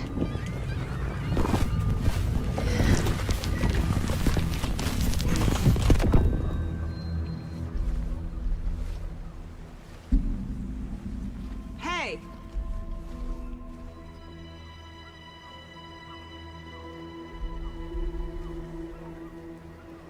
Are you okay? No! It's my fault! It got out with my face! Scratch! Sir, calm down. I'm gonna need you to take a breath. He's changed the story. The dark presence. We must stop it before... Easy now. First things first. What's your name? My name is Alan Wake. I'm a writer. I've been... Wake? Where did you come from? You've been missing for 13 years. 13.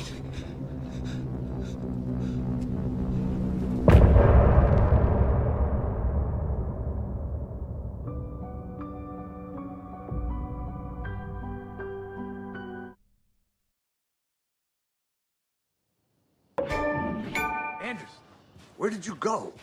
All of a sudden, the radio stopped working, and then that flooding just disappeared. The crazy forest. Is this who I think it is?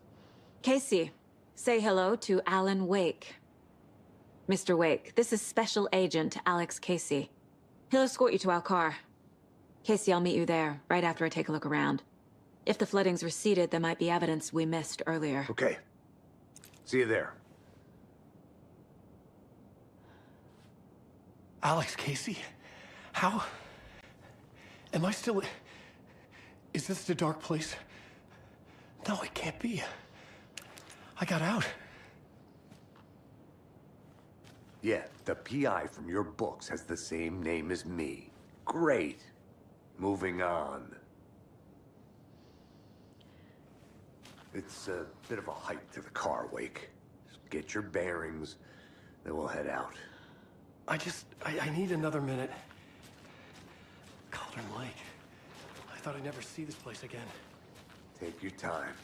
But you should know these woods aren't the safest. Should look around. Yeah. With the flooding gone, could be further clues out there. It's getting dark. The flooding disappeared very suddenly. You have a flashlight? I wonder if there's any connection to the overlap. Not safe without a light. To Nightingale. I have a light. And a gun. You can relax, Wake. And pages. If you see pages of writing anywhere, you must take them and keep them safe. Our lives could depend on it. They have vital information. We know about the pages, Wake. We'll keep an eye out for them. Okay. Okay, just give me a moment. It's okay. Take your time.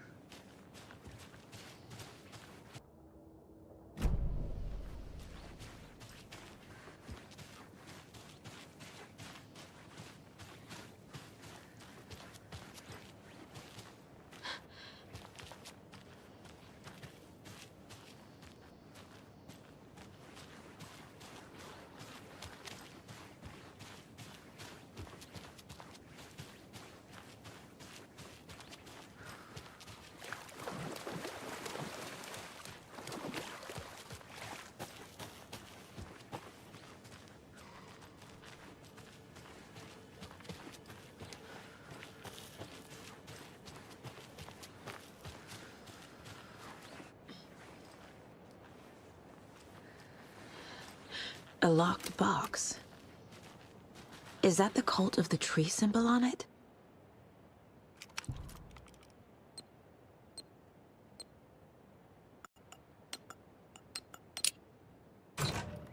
Notes and ammo.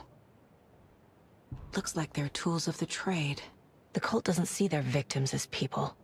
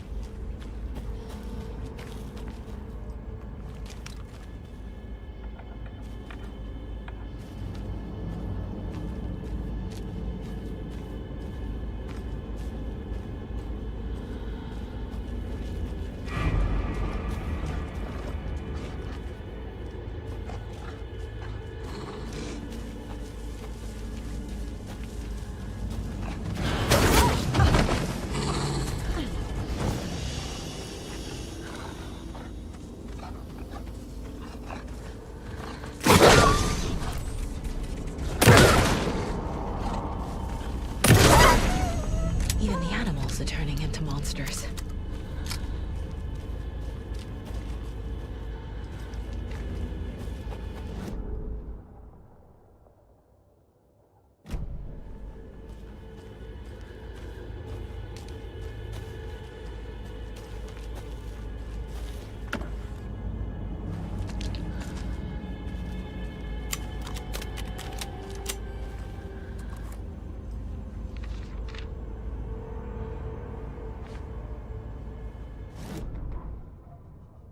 Back at Witch's Ladle, Saga pointed the flashlight at the strange, dark substance.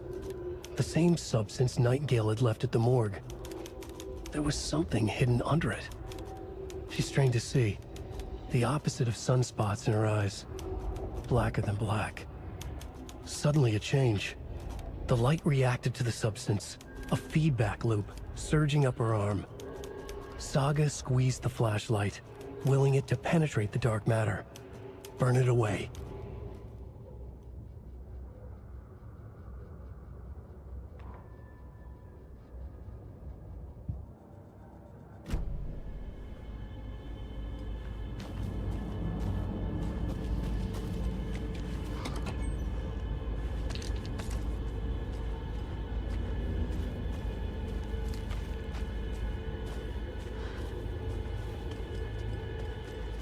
The cult is leaving supplies around for themselves.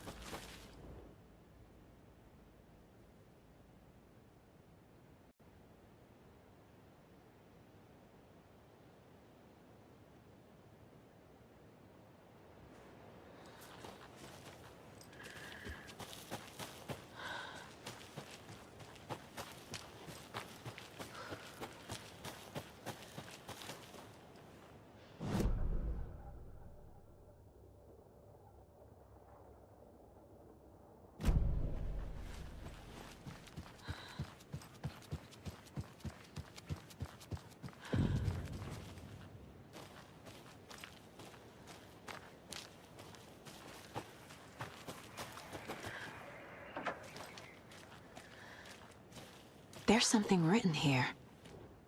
A poem? Or a riddle? Reminds me of the nursery rhymes I read to Logan when she was little.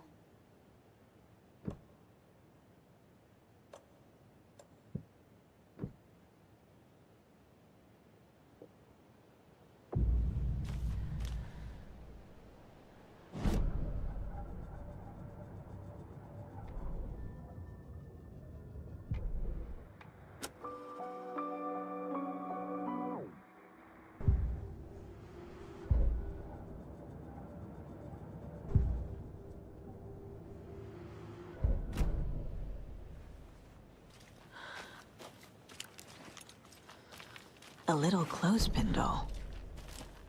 Perfect weird souvenir for Logan.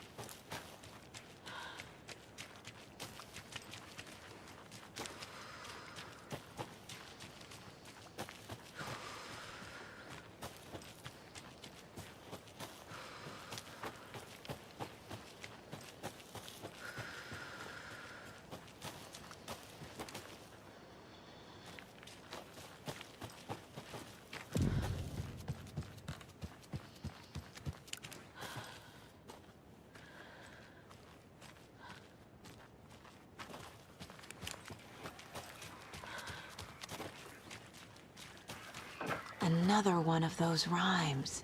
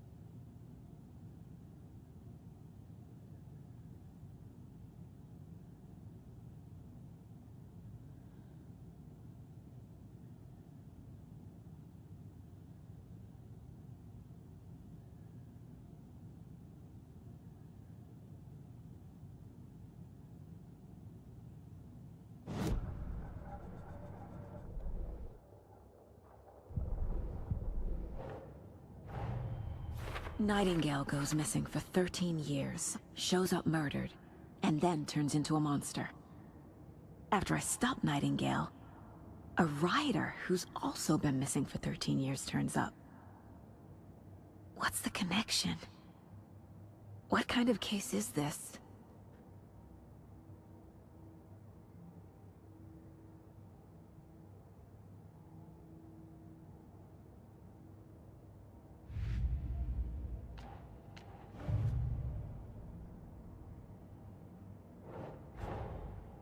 Creepy dolls? Mysterious rhymes? No weirder than anything else going on, I guess.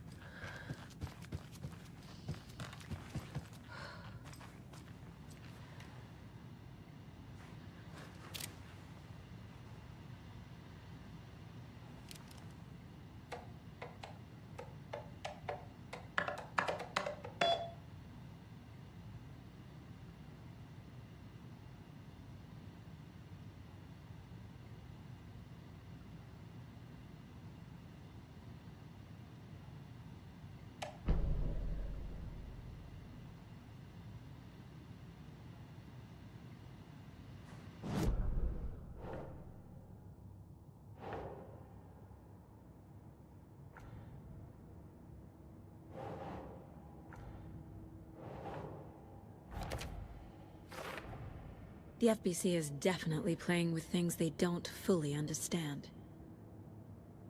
And that always goes well.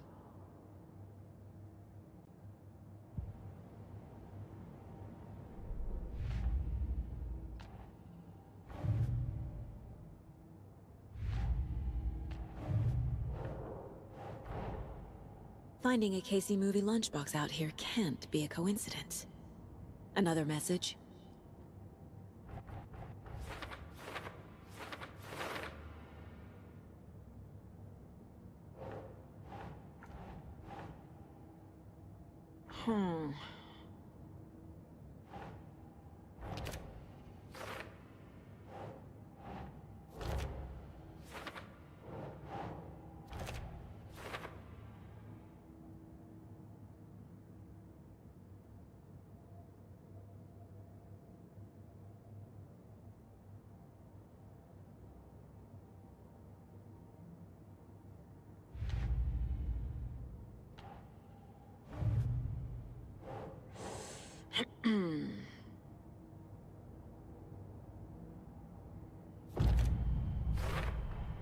We're dealing with an organized group of killers, not a lone serial killer. They were tearing into the naked guy with knives.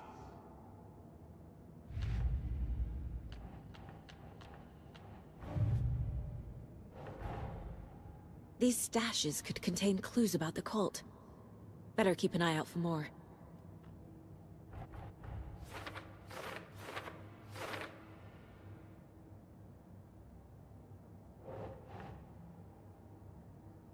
Right.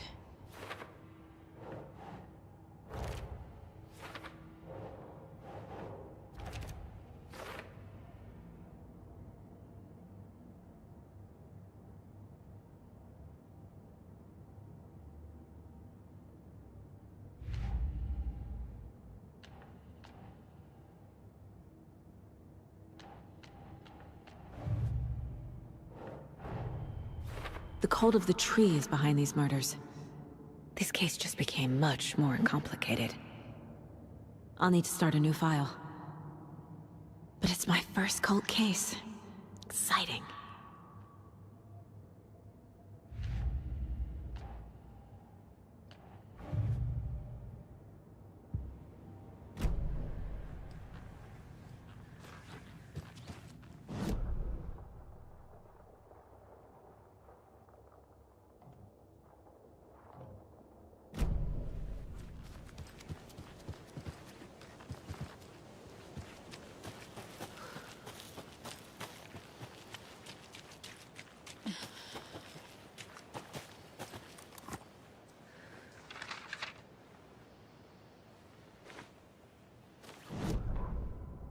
An overlap of the dark place needed a push from both directions to manifest itself.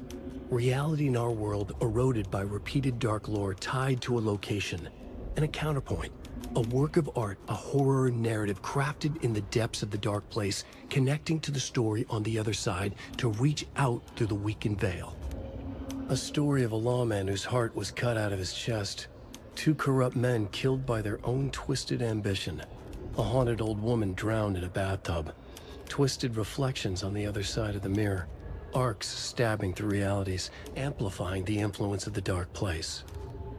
These elements working in conjunction made a trickle that became a torrent, a wormhole, a vortex, and the art, the map, became the nightmare territory where the dark place encroached on our reality, a blanket over it, where they all overlapped, causing reality to twist and loop like a bad dream, remolding anything and anyone within its dark horror design.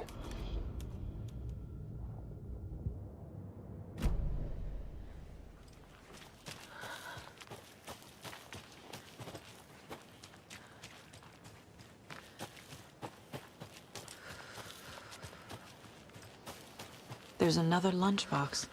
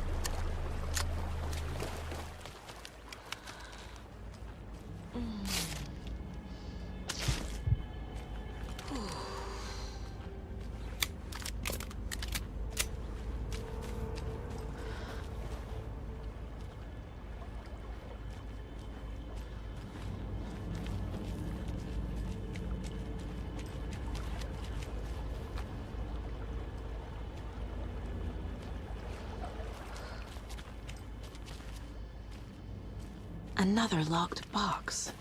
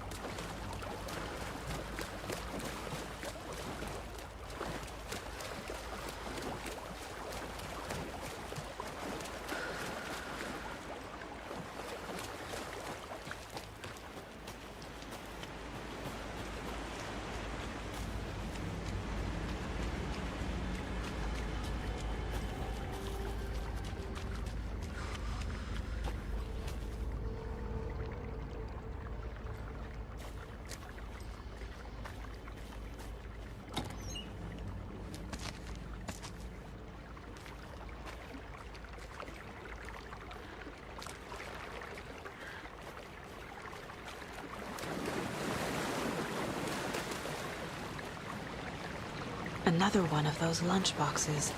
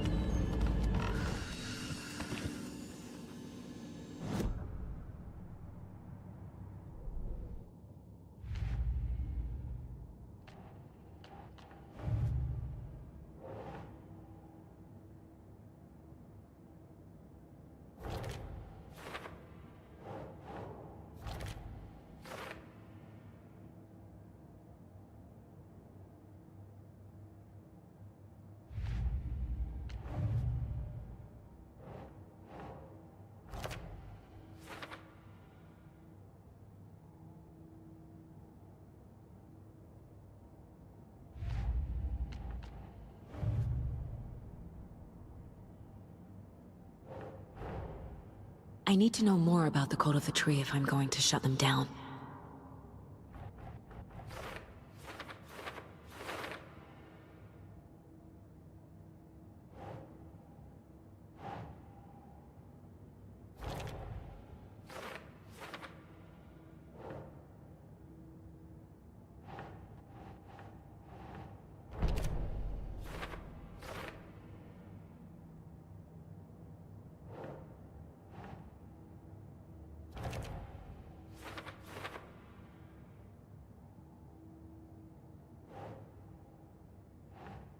Nah.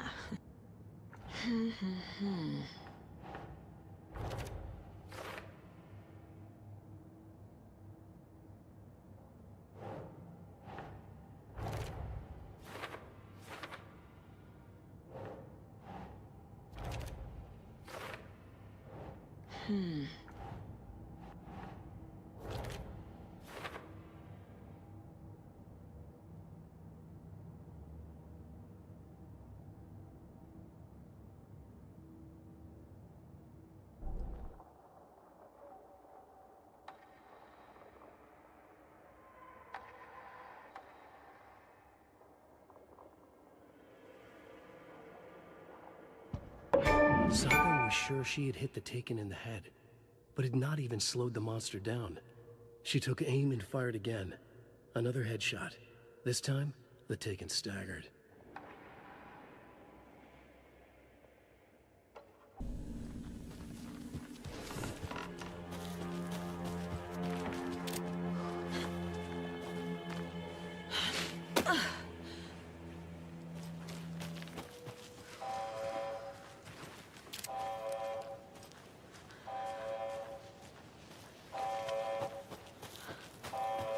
We've reached the car, Anderson. How's it going down there? I think I'm done here. I'll meet you at the parking lot.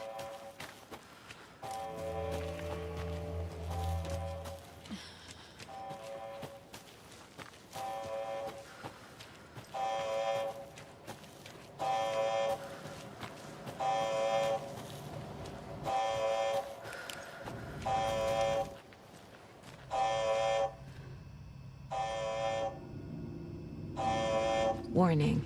Activity detected. AWE. Event in progress. Cauldron Lake. What's an AWE? Casey, what exactly does the FBC do? After New York, when I started looking for our friend here, their name came up. I pushed them for any files they had on him, but got stonewalled. They have a reputation of showing up for weird shit. They have a presence here, and now we find our writer. How about that?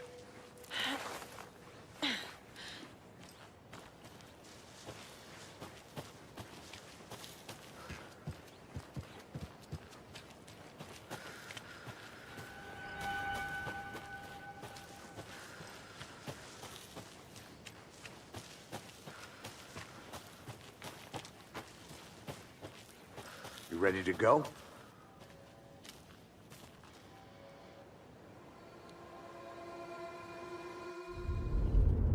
Mr. Wake, we're taking you back to our field office in Bright Falls. You can freshen up there, and then we'll talk properly.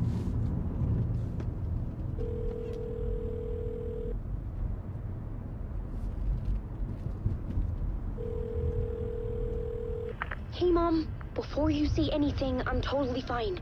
Don't freak out. Dad shouldn't have even texted you. Logan? No one texted me. What's going on? I'm totally fine. I slipped, that's all. God, it's not the end of the world. Put your father on the phone. Okay. Dad, it's Mom. Don't worry, hon. Logan slipped in the shower and bumped her head. She has a slight concussion, but I'm keeping an eye on her. Lucky I heard her fall. She could have drowned. Jesus, David. Why didn't you call? I tried. It didn't go through. She's fine, really. But what about you? You sound stressed. No, it's, just weird case, that's all. Well, if you need a hint, my years of board game victories tell me Colonel Mustard did it. I'll keep an eye out for him. Love you, Dave. Love you too, honey. Want to say bye to Logan? Just tell her I love her. Bye for now.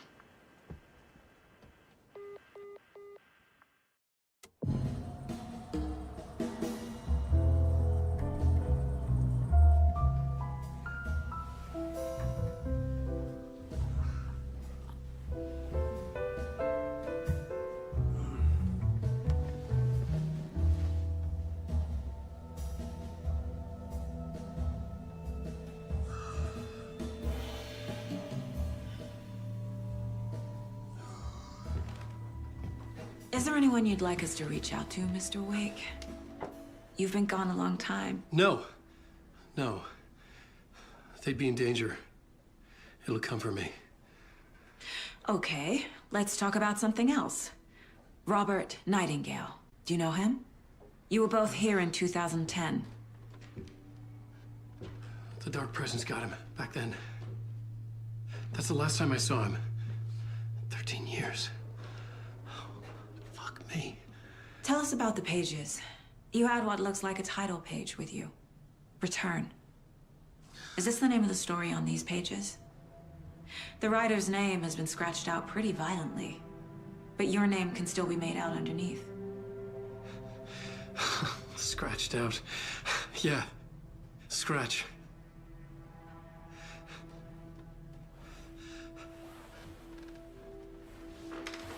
Did you write these pages, Mr. Wake? I'm trying to remember. It's a crazy jumble, like a nightmare. It doesn't make sense.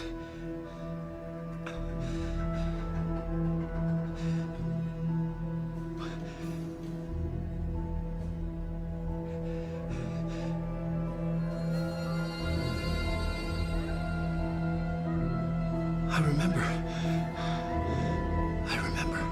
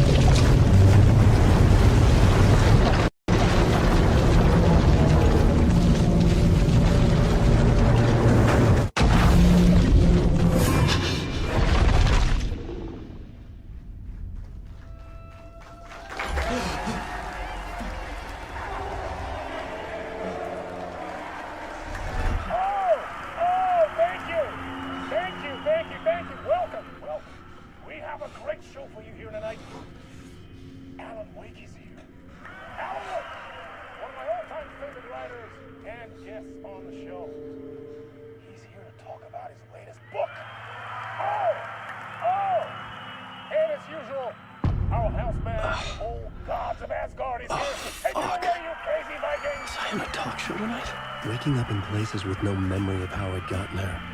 It was out of control. I didn't need another mugshot in the fucking tabloids. Had I already done the show? Was that a recording?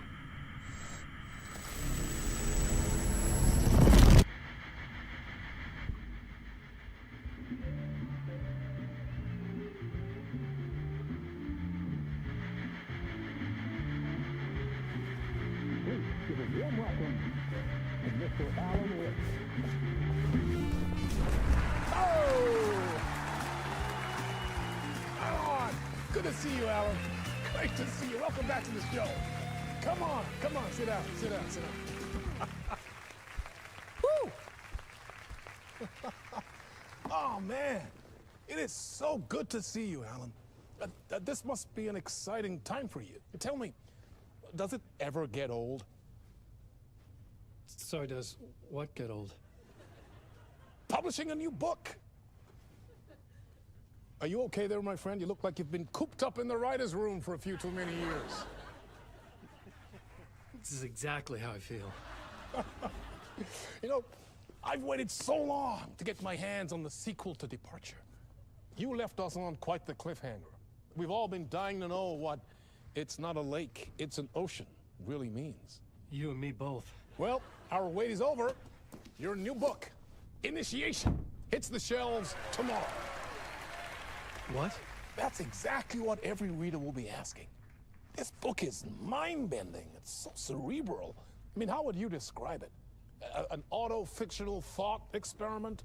A horror story? A postmodern detective story? Wait. This isn't right. I haven't written anything. He's so humble. Okay, you got me. Good prank, very funny. But yeah, sad to say, I've not written this. I'd remember if I'd written a book, right?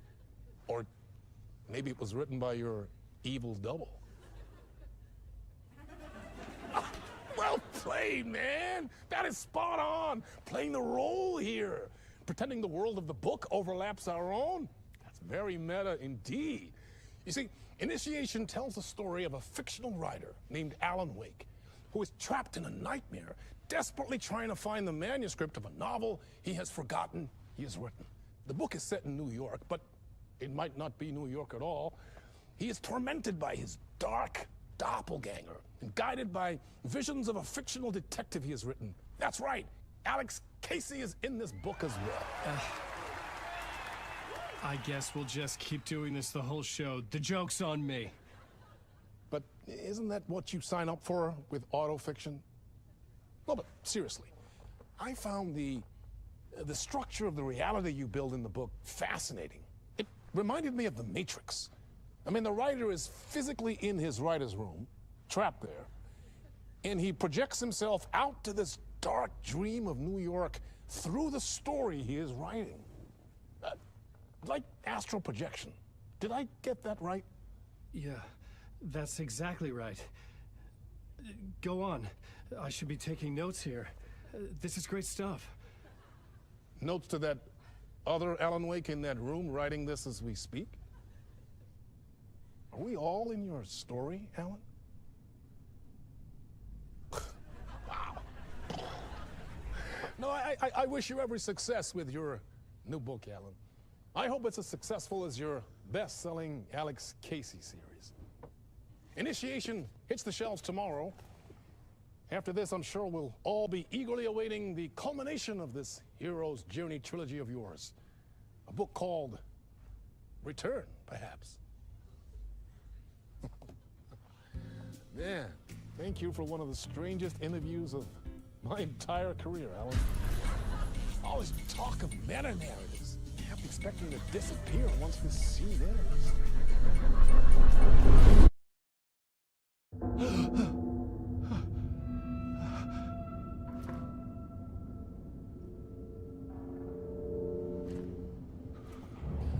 Hello?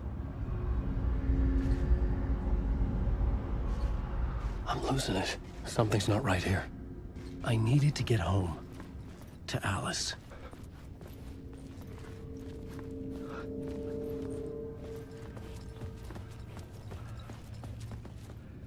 What the hell was that interview? Some kind of joke? Initiation? I never wrote a book called Initiation. This felt like a bad dream. Could make a good horror story.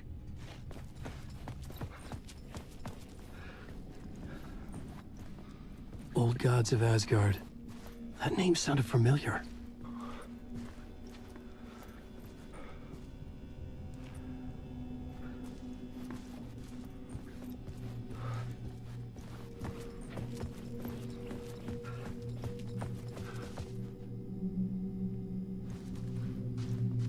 Hey! I think I've been locked in! Anybody? Fuck. Now I have to find the code myself. Great.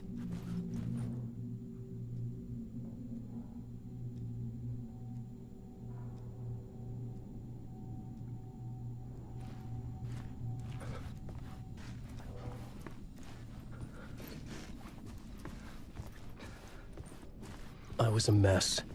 I'd never heard of this talk show or Mr. Door before.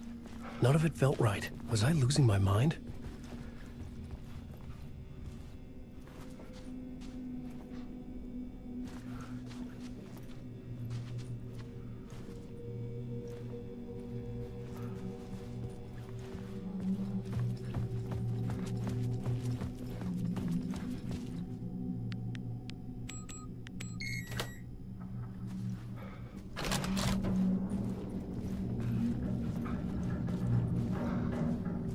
There was something here.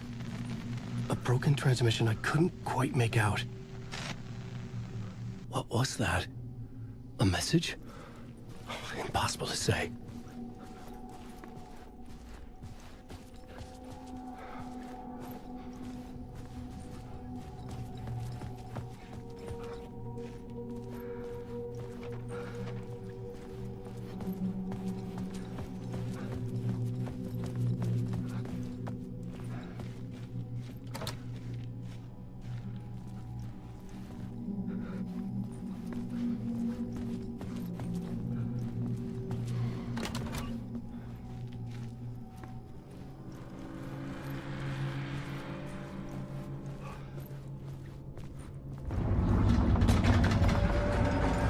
Something in the studio with me. I had to get out.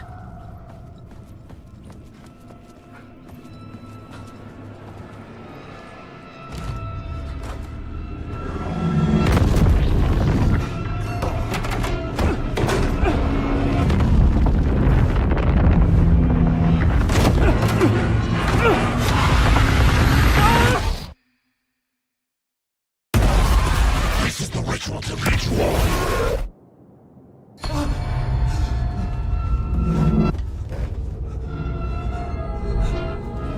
Waking up from the nightmare, I felt like a drowning man gasping for air.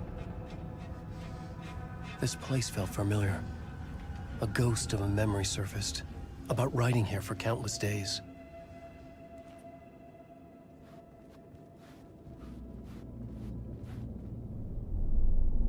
A plot board for mapping out a story. On the index cards, the nightmare that just happened to me. A summary of the story so far. But other notes as well. Warnings. I had written them. I couldn't remember what it all meant. The name Scratch filled me with dread. I could trust these words. I had to act on them. You must write to escape.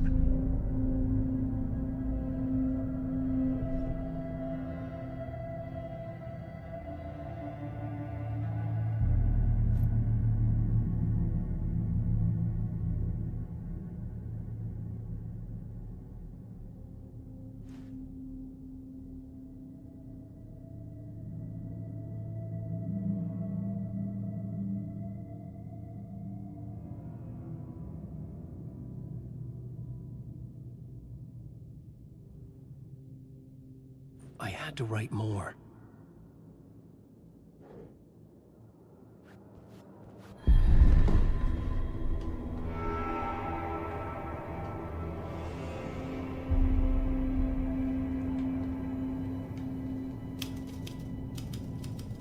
I didn't remember much, but I knew my thoughts and ideas could manifest as reality in this dark place. I'd use my writing to project myself out of this room. Like a deep-sea diver to go deeper and explore the depths of this prison for a way out.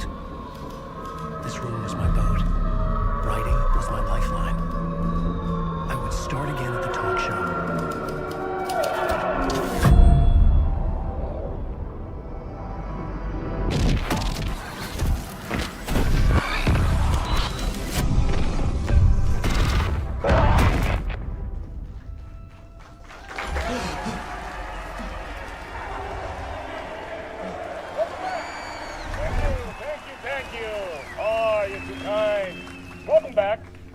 We have a great show for you here tonight. Real treat to all you Alex Casey fans out there. Alex Casey himself is here tonight. That's right. Sam Lake, ladies and gentlemen, the actor who has given his face to the famous detective in the film series. And of course, we have Alan Wake here, the best-selling writer, the books, the films are based on. Let's do this!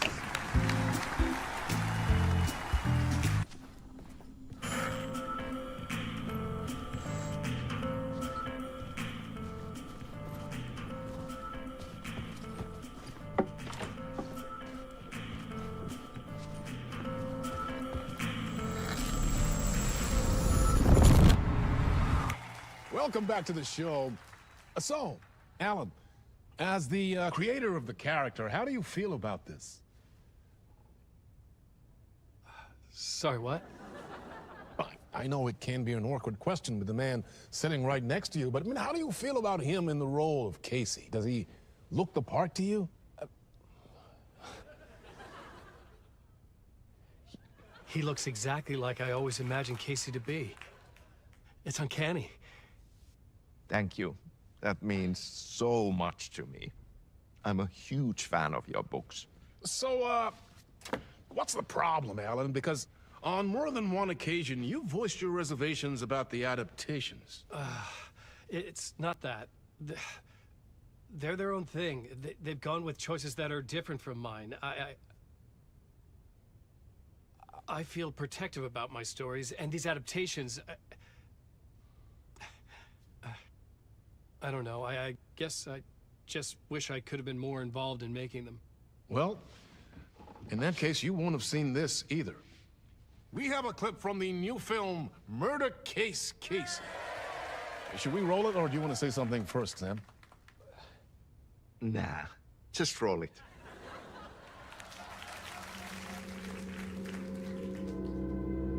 This city was an old scar that refused to heal. The rain made it fester. It needed the sun, but there was only the night. I was tired. Insomnia covered me like a plastic film. I was watching the world through a rain-slick window, my own reflection haunting the view. I was trying to track down a missing writer. My only clue was a table lamp, shaped like an angel. The only thing to shed light on this sordid mystery.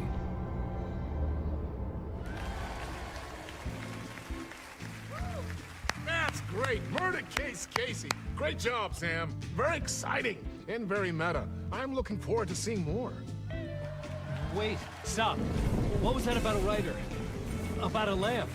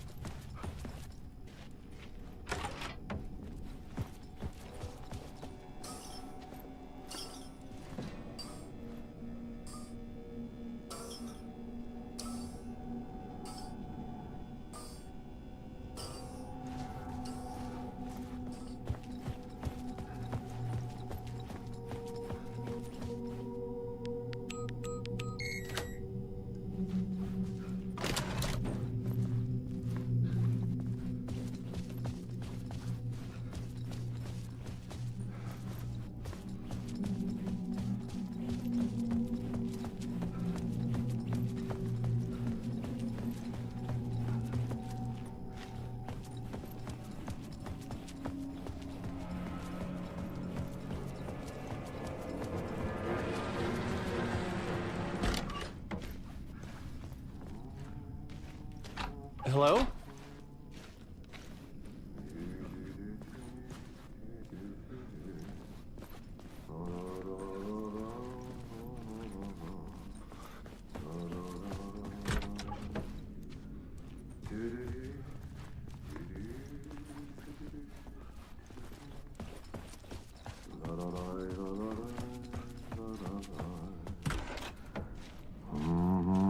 Ah, Lorraine! There you are, Tom.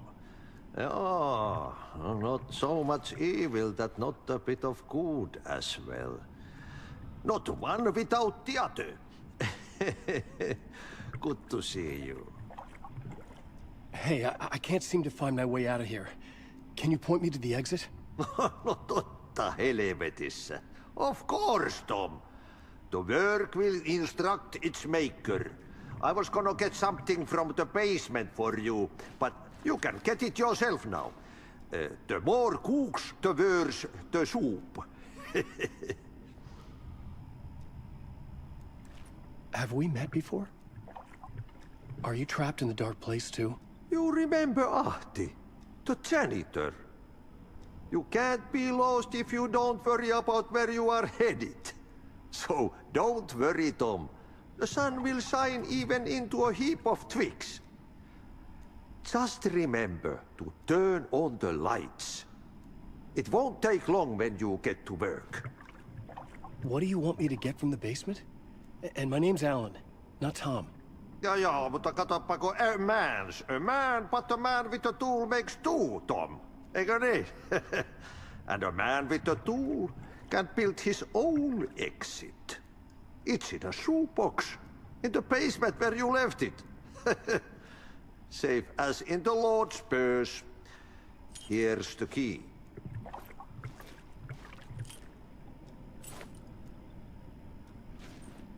I've been trying to find a way to escape the dark place. Any suggestions? He who mouths about his troubles is the prisoner of his troubles. It's not easy to get out. But don't you worry, Tom. The home is still there where the heart is. I often think about it when I mop the floor and look into the puddle. Water is the memory of the world. Water finds its way. The janitor was a bit out there, but still a friendly face. I had to trust the basement would get me out of here.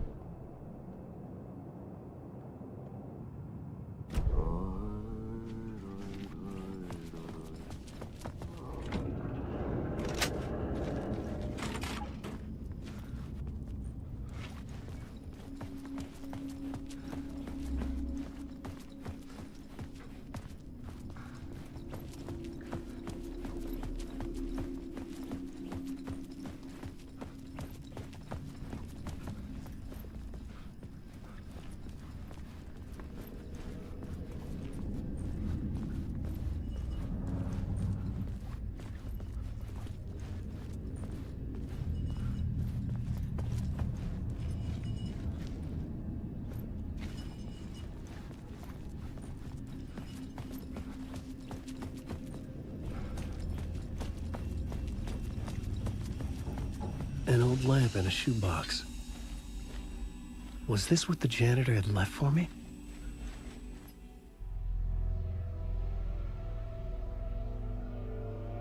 The lamp felt significant. A tool for bringing light to the darkness.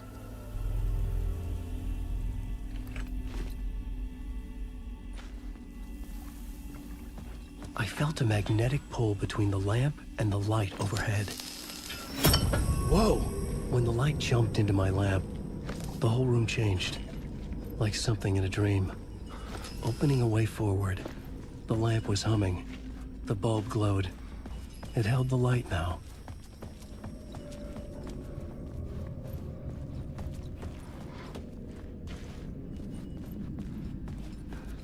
I felt another surge from the lamp. I could use it again. The glow in the lamp went out, shifting the light in the room. The light carved out something new from the darkness.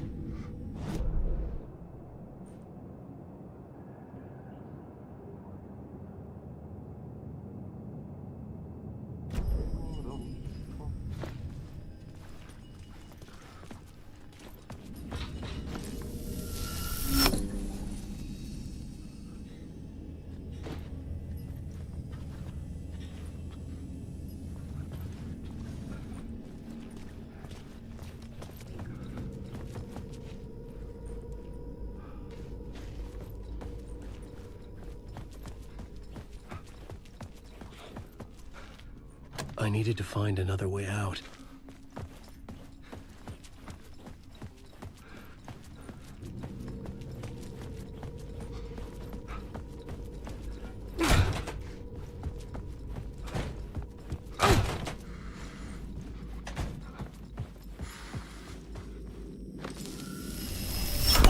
The dark place wants to drown me. I'm losing myself. I have to fight it. I have to remember. The clicker. The light switch. I lost it. But I have the lamp now. The lamp the switch was cut from. This place is a nightmare. Not real, and yet more real than anything. The danger and the horror are real. It feeds off my mind, twisting whatever it takes into psychotic reality. I'm trapped here. I write to escape. I've tried this many times, written countless stories, forgotten how many. I keep failing. But I must keep trying. I use the story to dive deeper. Every word I write is a step forward on this spiral in the darkness. I dive to the bottom to find the answer, the map, and the key, and the compass. That's combined to form a door leading out. But how do you open a door that's not a door? At the bottom of an ocean that's not an ocean. And a lake that's not a lake.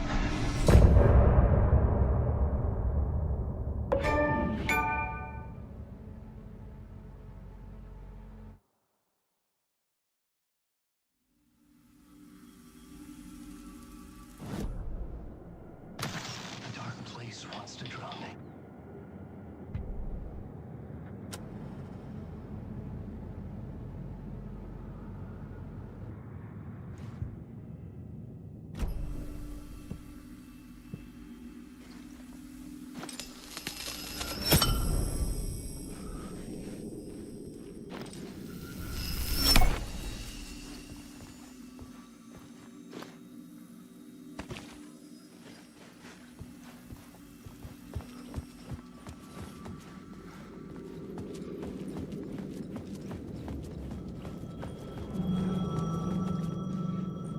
The payphone was ringing. Somehow I knew the call was for me.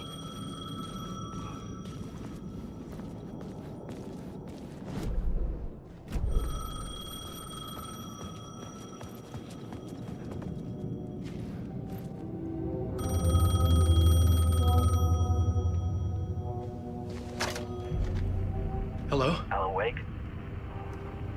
Yes. Do you know who I am? No? Who is this? We'll get to that later. There are spies all over. Shadows. A sense of deja vu washed over me. Had I had this conversation before? Alan, listen to me carefully. Caldera Street Station, the subway. You need to go there. I'll call you again later. Make sure to pick up. Do I know you? I know you from somewhere. You've just forgotten again.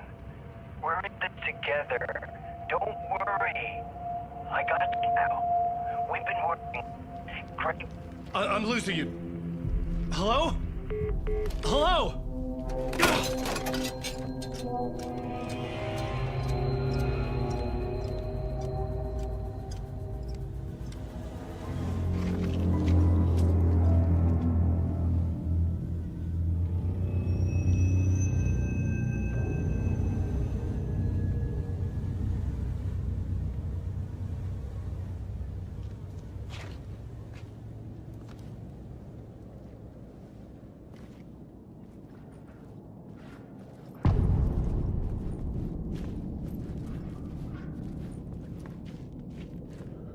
The man had said Caldera Street Station. I had to go there.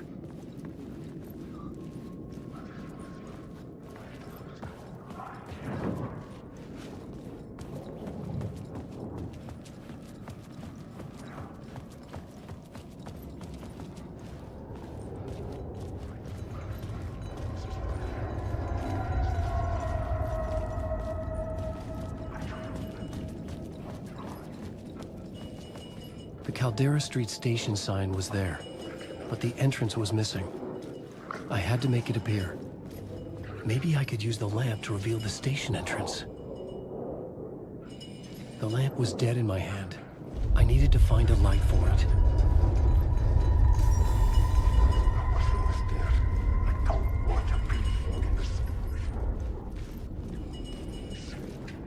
Fuck.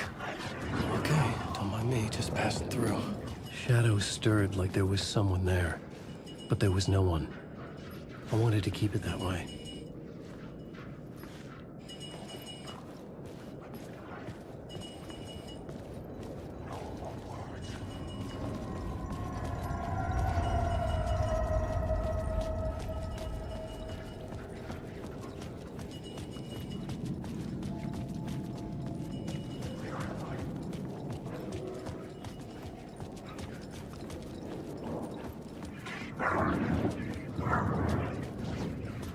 There was a light at the end of the alley ahead.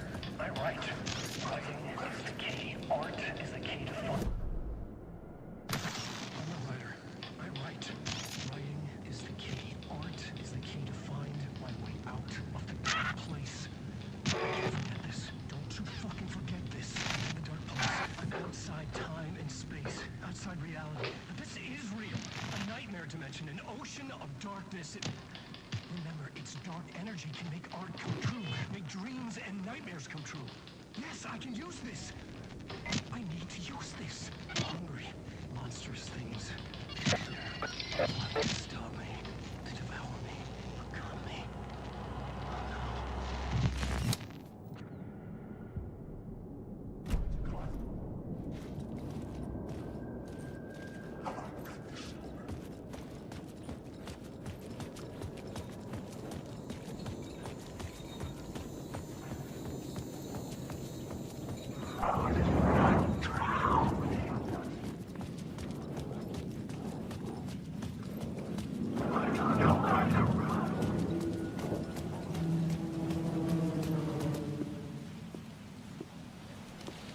Is this the way it was on the page?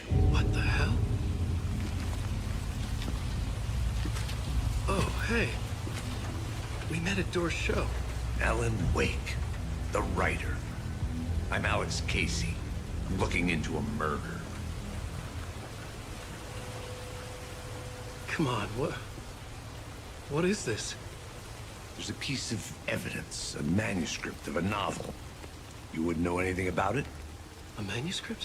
What manuscript? I need to see it. Rumor had it the manuscript contained the details of the murders. A murder cult was following the story to commit their gruesome acts. Was Wake their leader? Had he written it? How far would he go to create a perfect work of art? Or would he be the next victim?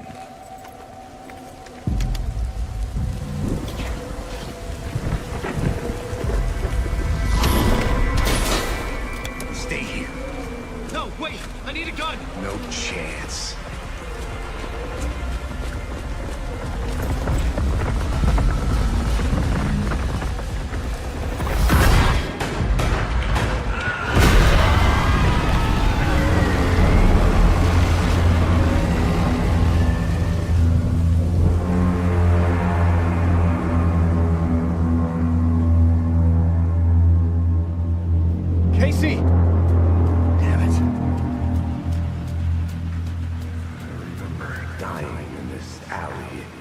dream I had.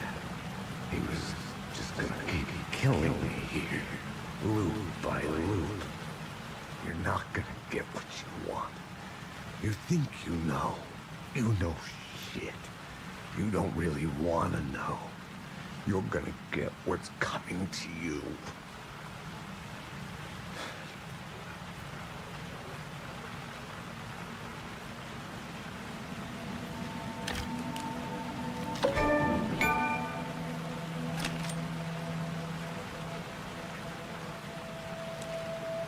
This was an echo of the books I had written for years. Picking up Casey's gun felt like I was assuming the role of the detective. I had a light now. I needed to get back to the subway station entrance. Shit. With the alley in darkness now, restless shadows block my way.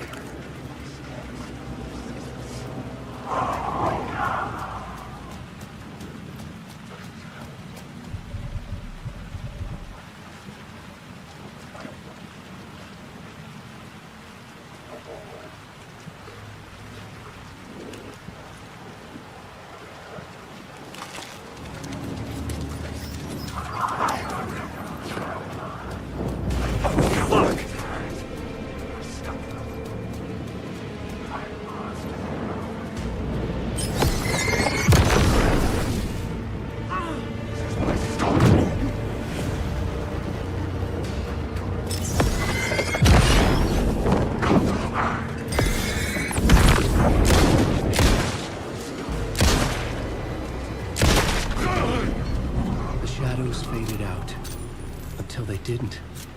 They were trying to stop me. With the gun and flashlight, I could fight back.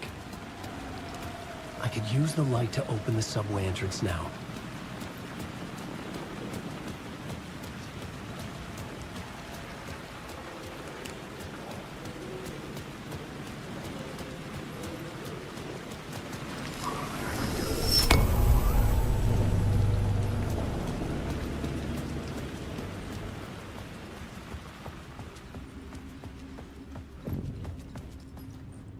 I needed to find another light to go deeper inside.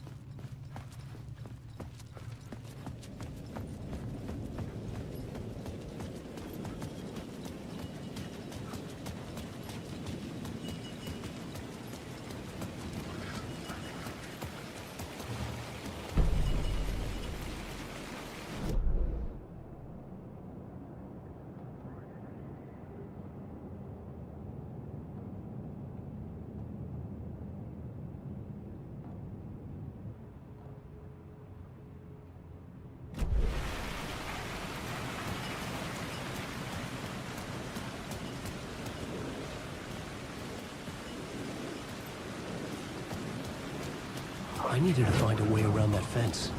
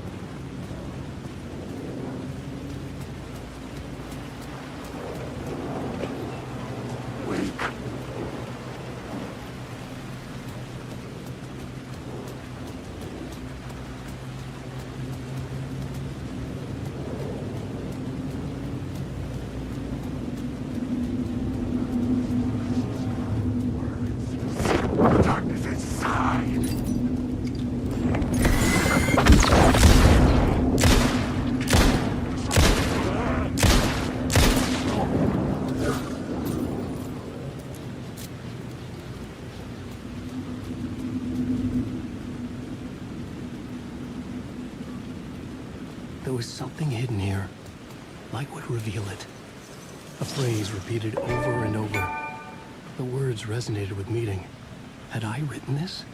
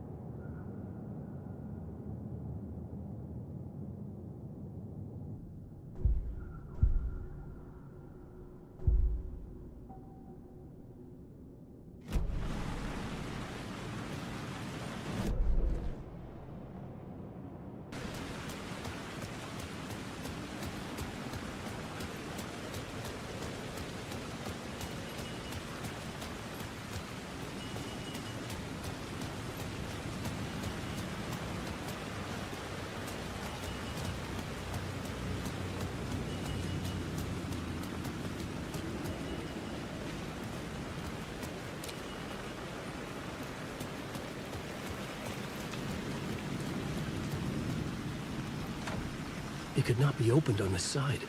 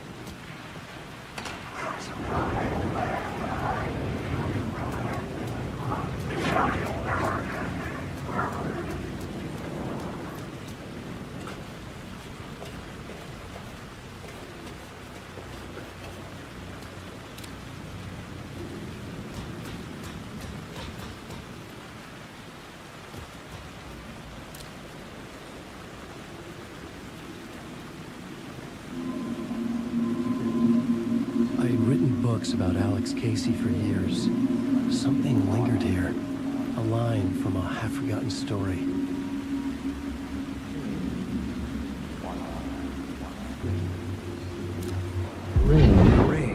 tried to wash away the sins of this city. But some sins, the evidence of the crimes committed, could never be erased. Not by the rain, or any amount of therapy from Dr. Jack Daniels. It remained bruises under my skin, like tattoos. Bruises in my soul. Scar tissue on my heart. The rain never stopped falling. And I never stopped drinking.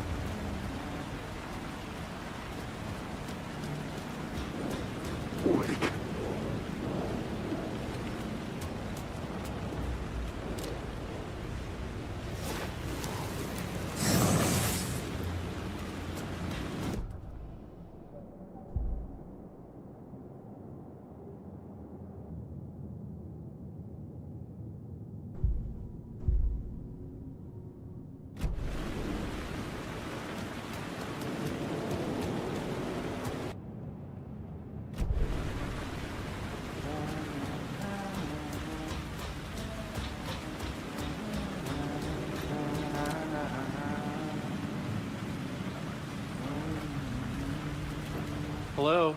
Oh. Hey, Alan. You snuck up on me. Sorry. Have we met? Memory problems again, huh? Yeah, we've met. Tim Breaker. We've shared notes. Hey, I've made some progress on the map, if you want to take a look. I still haven't found my mystery man, though. Who's this mystery man? Oh, it wouldn't be much of a mystery if I knew. All I have is a name. Warlin Door. The talk show host? No. No, that doesn't sound like him. The guy has many disguises, but a talk show host? No. I'll keep looking. You're making a map? Trying to. It's hard to map a dream, though. I keep ending up in unexpected places. I find interesting things like those strange markings that react to the light, but never the one thing that I'm looking for. Feel free to check the map out. Oh, I've been stockpiling supplies while I poke around. If you find a stash, take anything you need. I appreciate the help.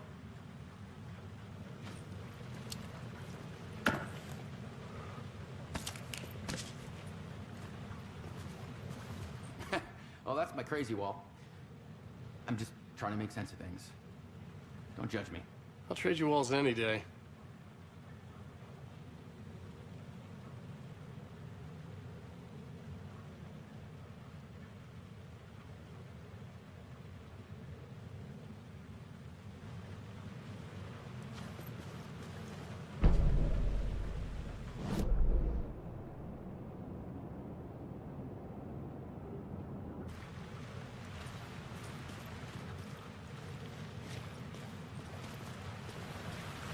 See you around, Alan.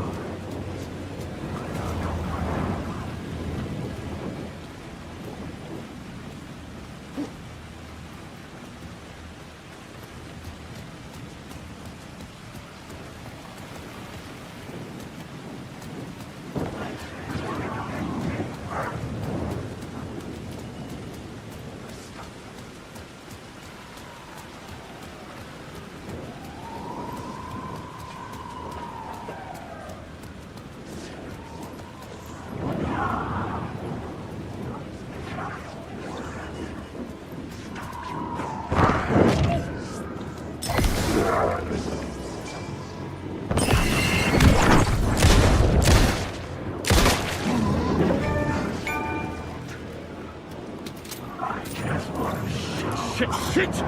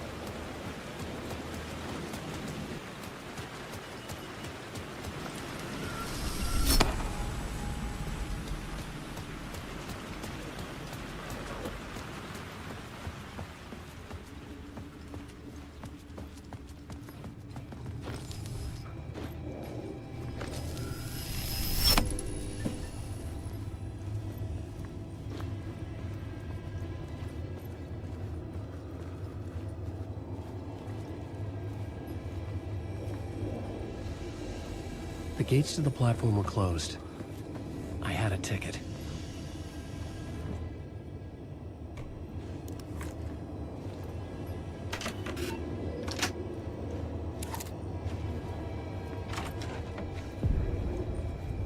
Something about the station platform felt significant. It would work in my writing, but I needed more. Something lingered here. A half-forgotten memory. An echo.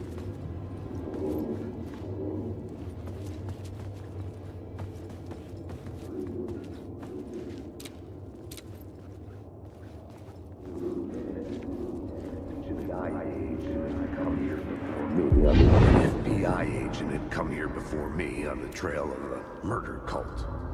He'd gone missing, presumed dead. The cult was leaving me clues to follow, connecting the dots from one murder to the next, inviting me to draw an obscene picture on the city map. Caldera Street Station. The name made me think of the exit wound of a bullet. I had a flash of inspiration. The ghost of my fictional detective. A story thread I could use in my writing. I had a location. I had a story thread. I would put them together, write them into my story to create a path deeper into the dark place.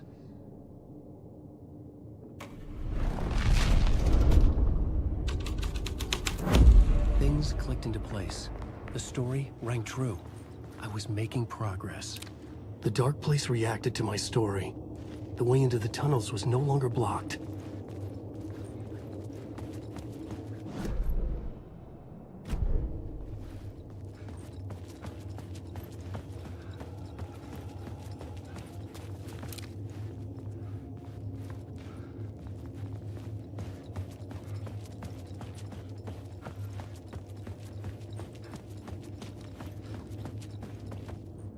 The Fed had glimpsed into the maw of darkness.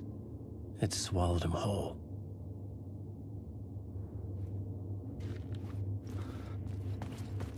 The tracks led into the tunnel. That was my way forward.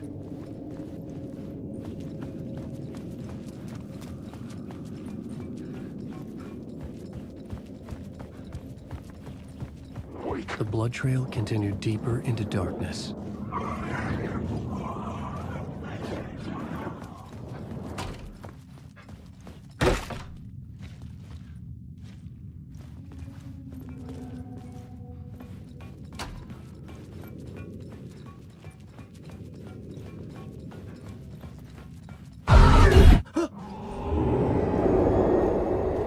Shit.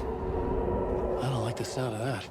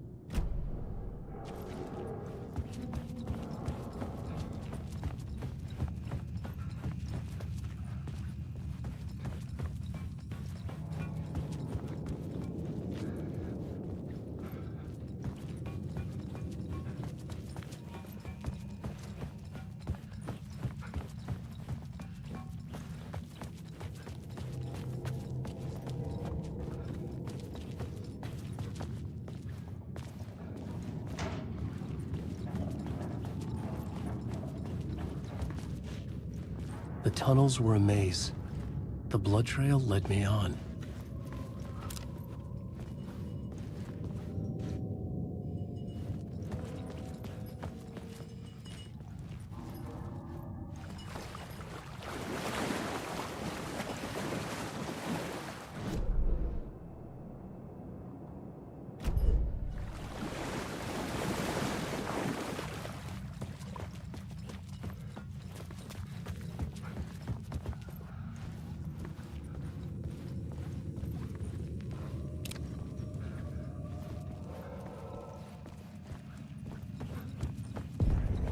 Another place to use in the story. I needed to search the tunnels for further visions. Inspiration for the story that would lead me deeper. I had a new location for the story.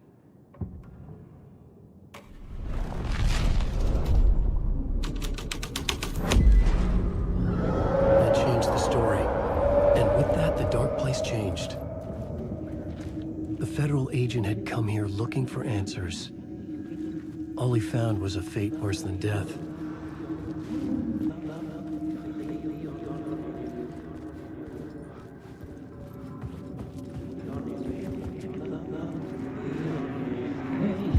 It's bad luck to be on this case. The cult can get you anywhere with that black magic shit. Let the day shift handle it. What happened, anyway? Some Fed came looking for the cult, but it was a trap. A satanic blood sacrifice. Anyone who gets involved with the cult, they're next. I heard their leader is this famous writer, Alan Wake. Their unholy motherfucking messiah. Sounds like a load of bull.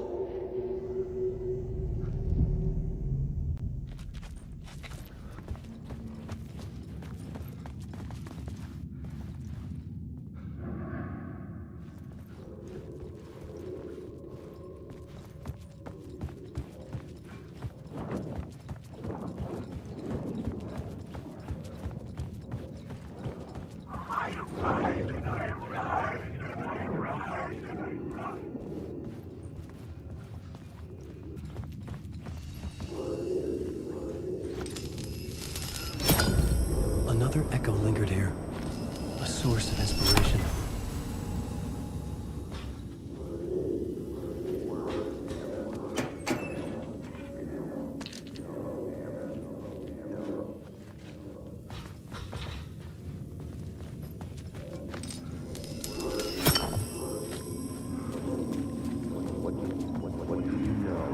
Word is your research can help me, ma'am. What do you know? There's more than one urban legend about the Cult of the Word. The murder cult used these tunnels for their ritual sacrifices. They say the cult reenacted the murders in Alan Wake's crime books. That Wake was even involved somehow, under a false identity. Mr. Scratch, which is, of course, a nickname for the devil himself. It was disturbing finding myself in the story this way. But I was desperate, and it felt right for the story.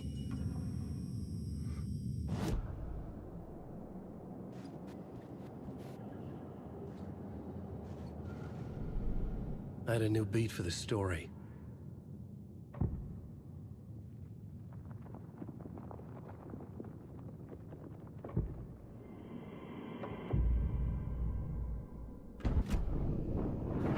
Started like me trying to hide.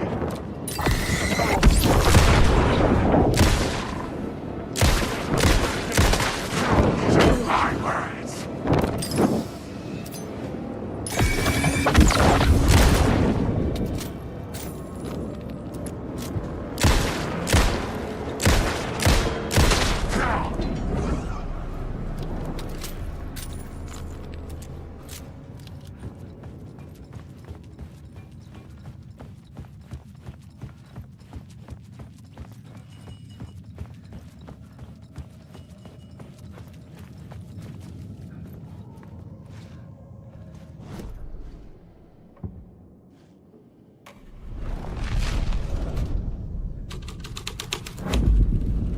The scene had changed.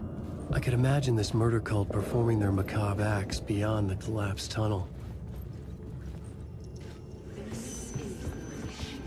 The cultists laid the Casey novel onto the altar with reverence. Their twisted Bible.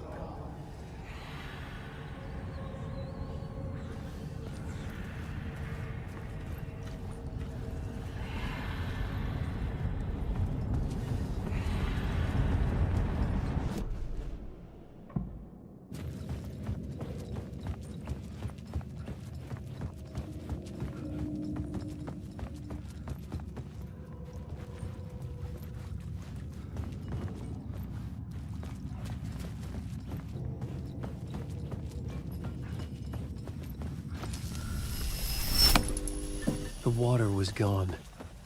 The way forward was open.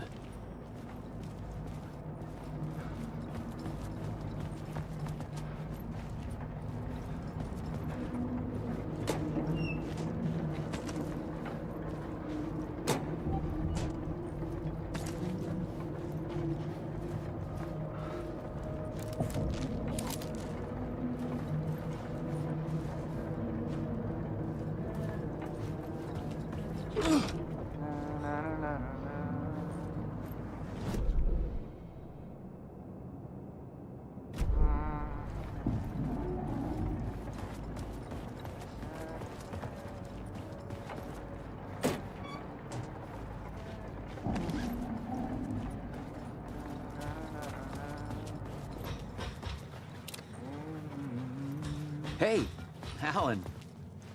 Tim Breaker, in case you don't remember again. I know, Tim. I'm remembering more now. It's good to hear, man. How's your search for Mr. Door going? It's not great. This dream we're in, putting a lot of roadblocks in my way.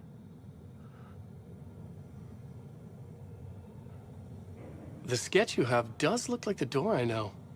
The talk show host. All I know is the Door has something to do with what's happening to me. And he knows that I know. He's like some sadistic mastermind torturing me. So you think this is a dream? I'm not ruling it out.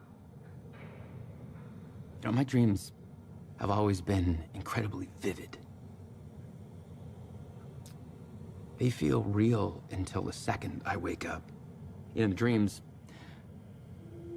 I'm often someone else. A different person with a different name, living a different life in a different world. It's alternate realities, maybe. But certain things don't change. Like door.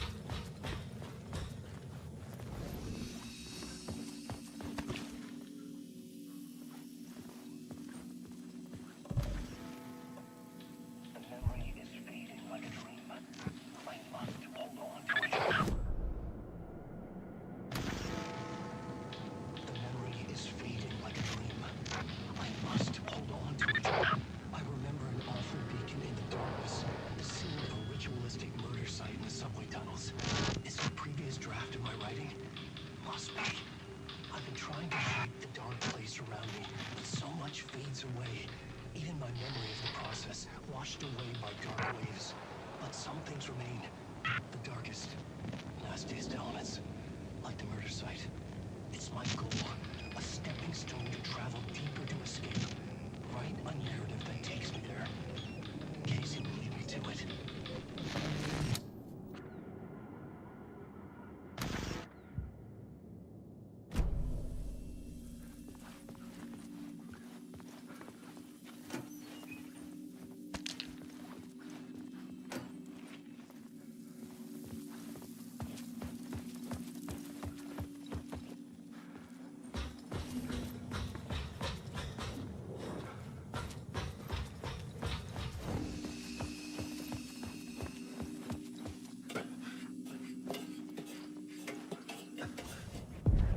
The train blocked my way forward, but it was here for a reason. It had a role to play.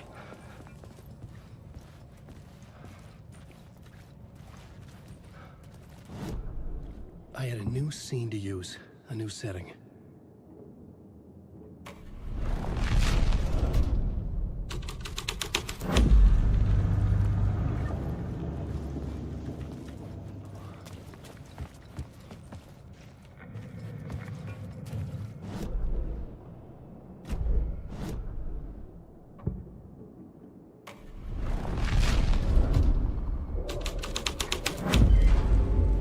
Changed the story.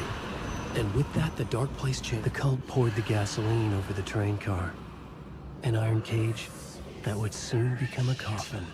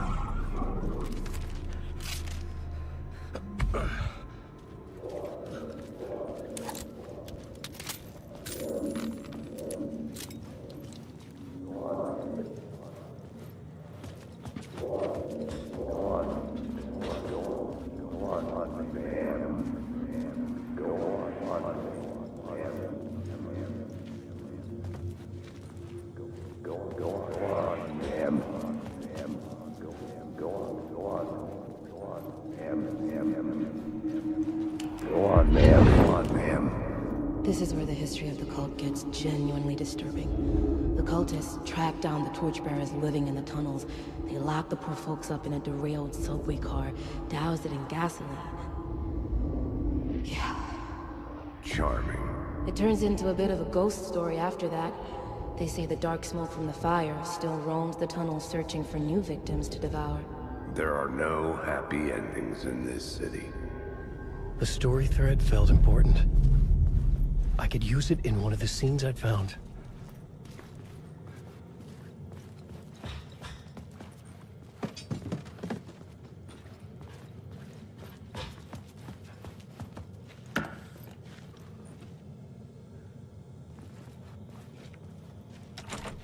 It was locked from the other side.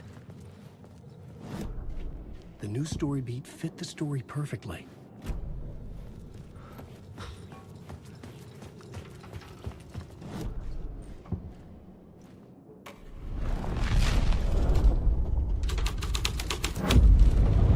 A simple and twisted story, but it worked. The subway car had become a burnt house. I could get through it now.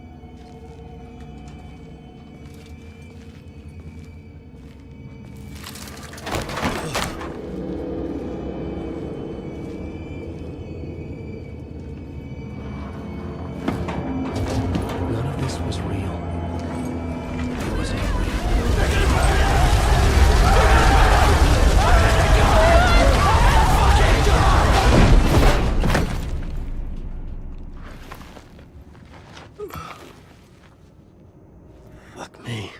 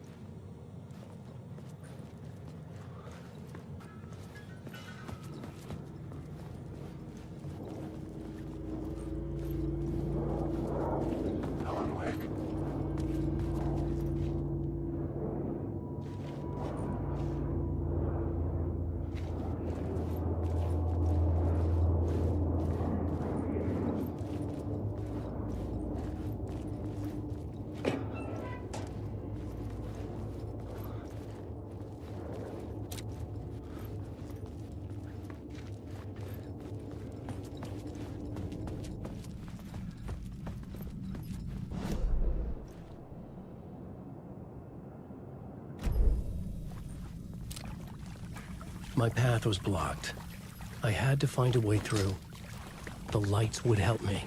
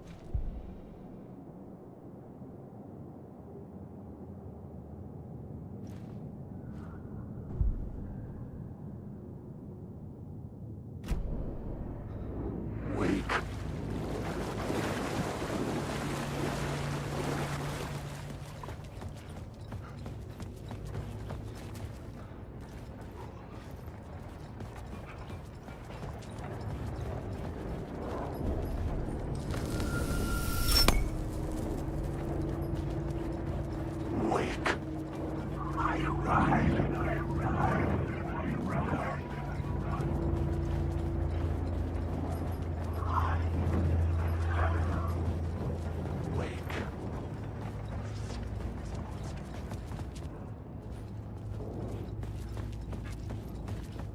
Alan Wake. I'm lost in the darkness.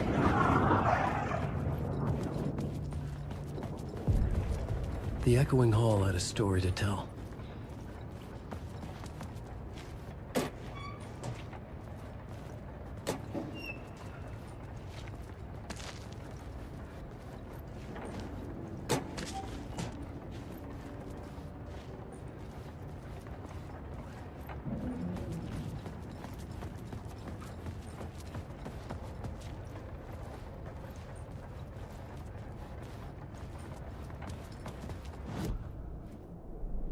The new scene I had found was important for the story.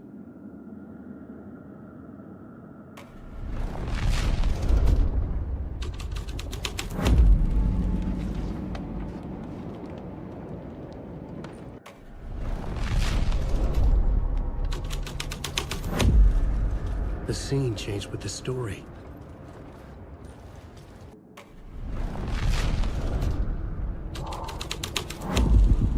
The hall had changed into the murder cult's hideout.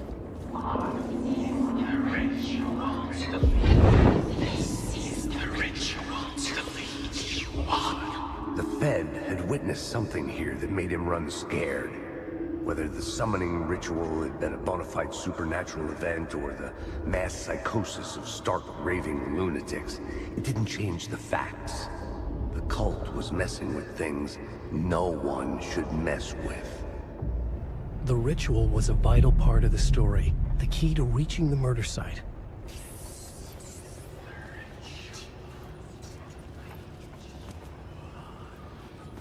The cultists were close now, a dark presence rising from the depths.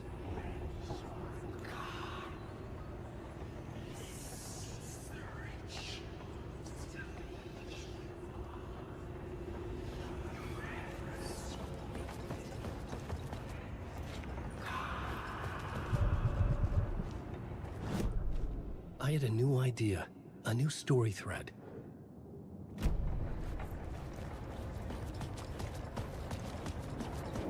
Wake.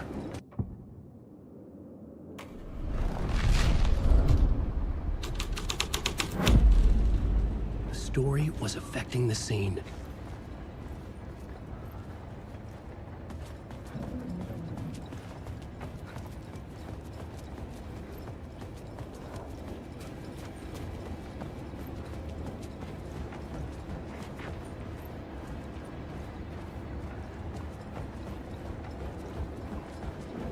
Wake.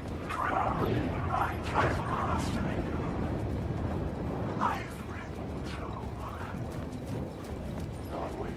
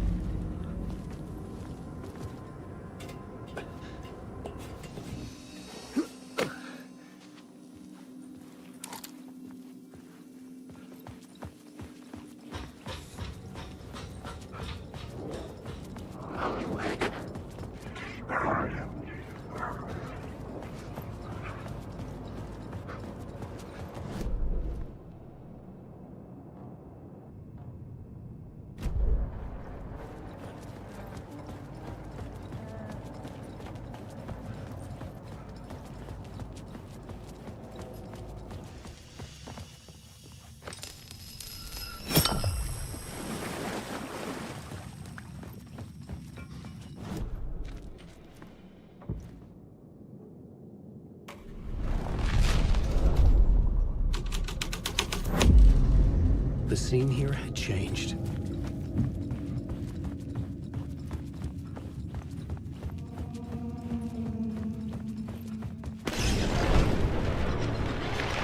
The Dark Presence. Fuck! Fuck! Fuck! Fuck!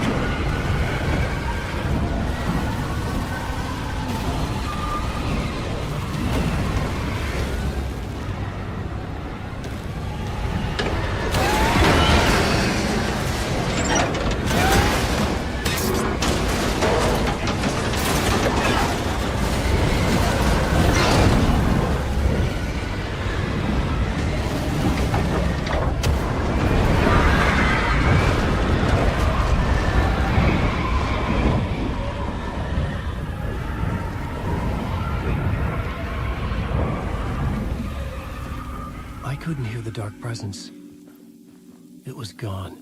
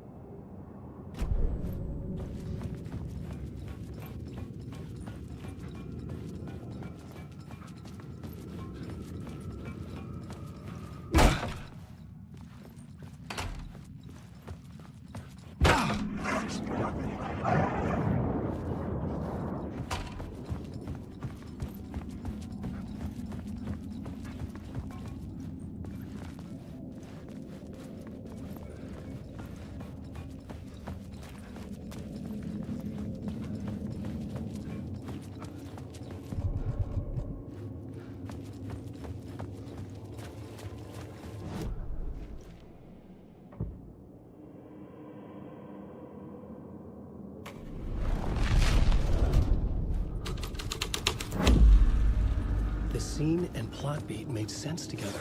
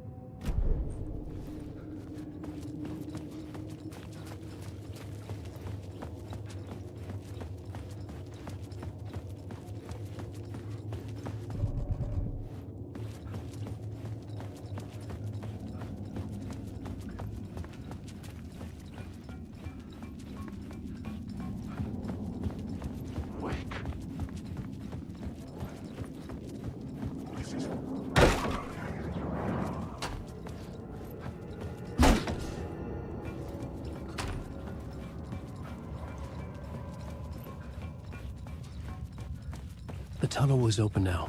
I could get through.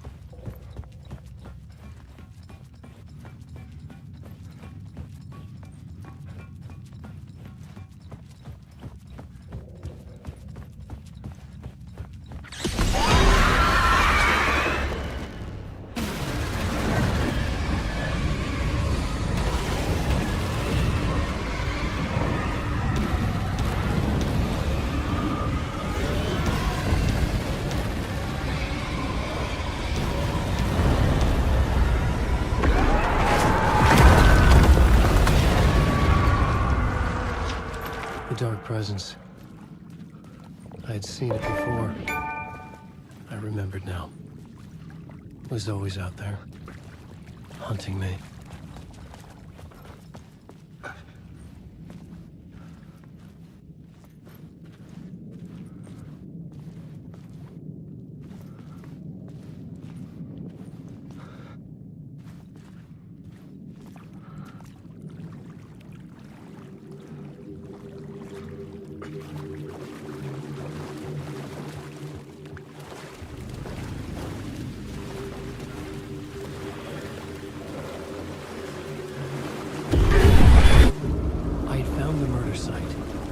Somehow the victim's heart was the key.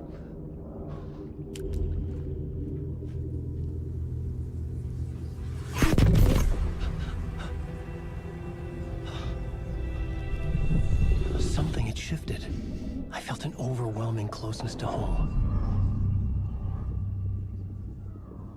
An FBI agent? Who are you? What is this? Who are you? She can hear me. I'm Saga Anderson, FBI. This is Alan Wake. I'm trapped here. The dark place. Under Cauldron Lake. Cauldron Lake. Who are you? I'm trying to escape. I'm making progress, but I'm in danger. The Dark Presence.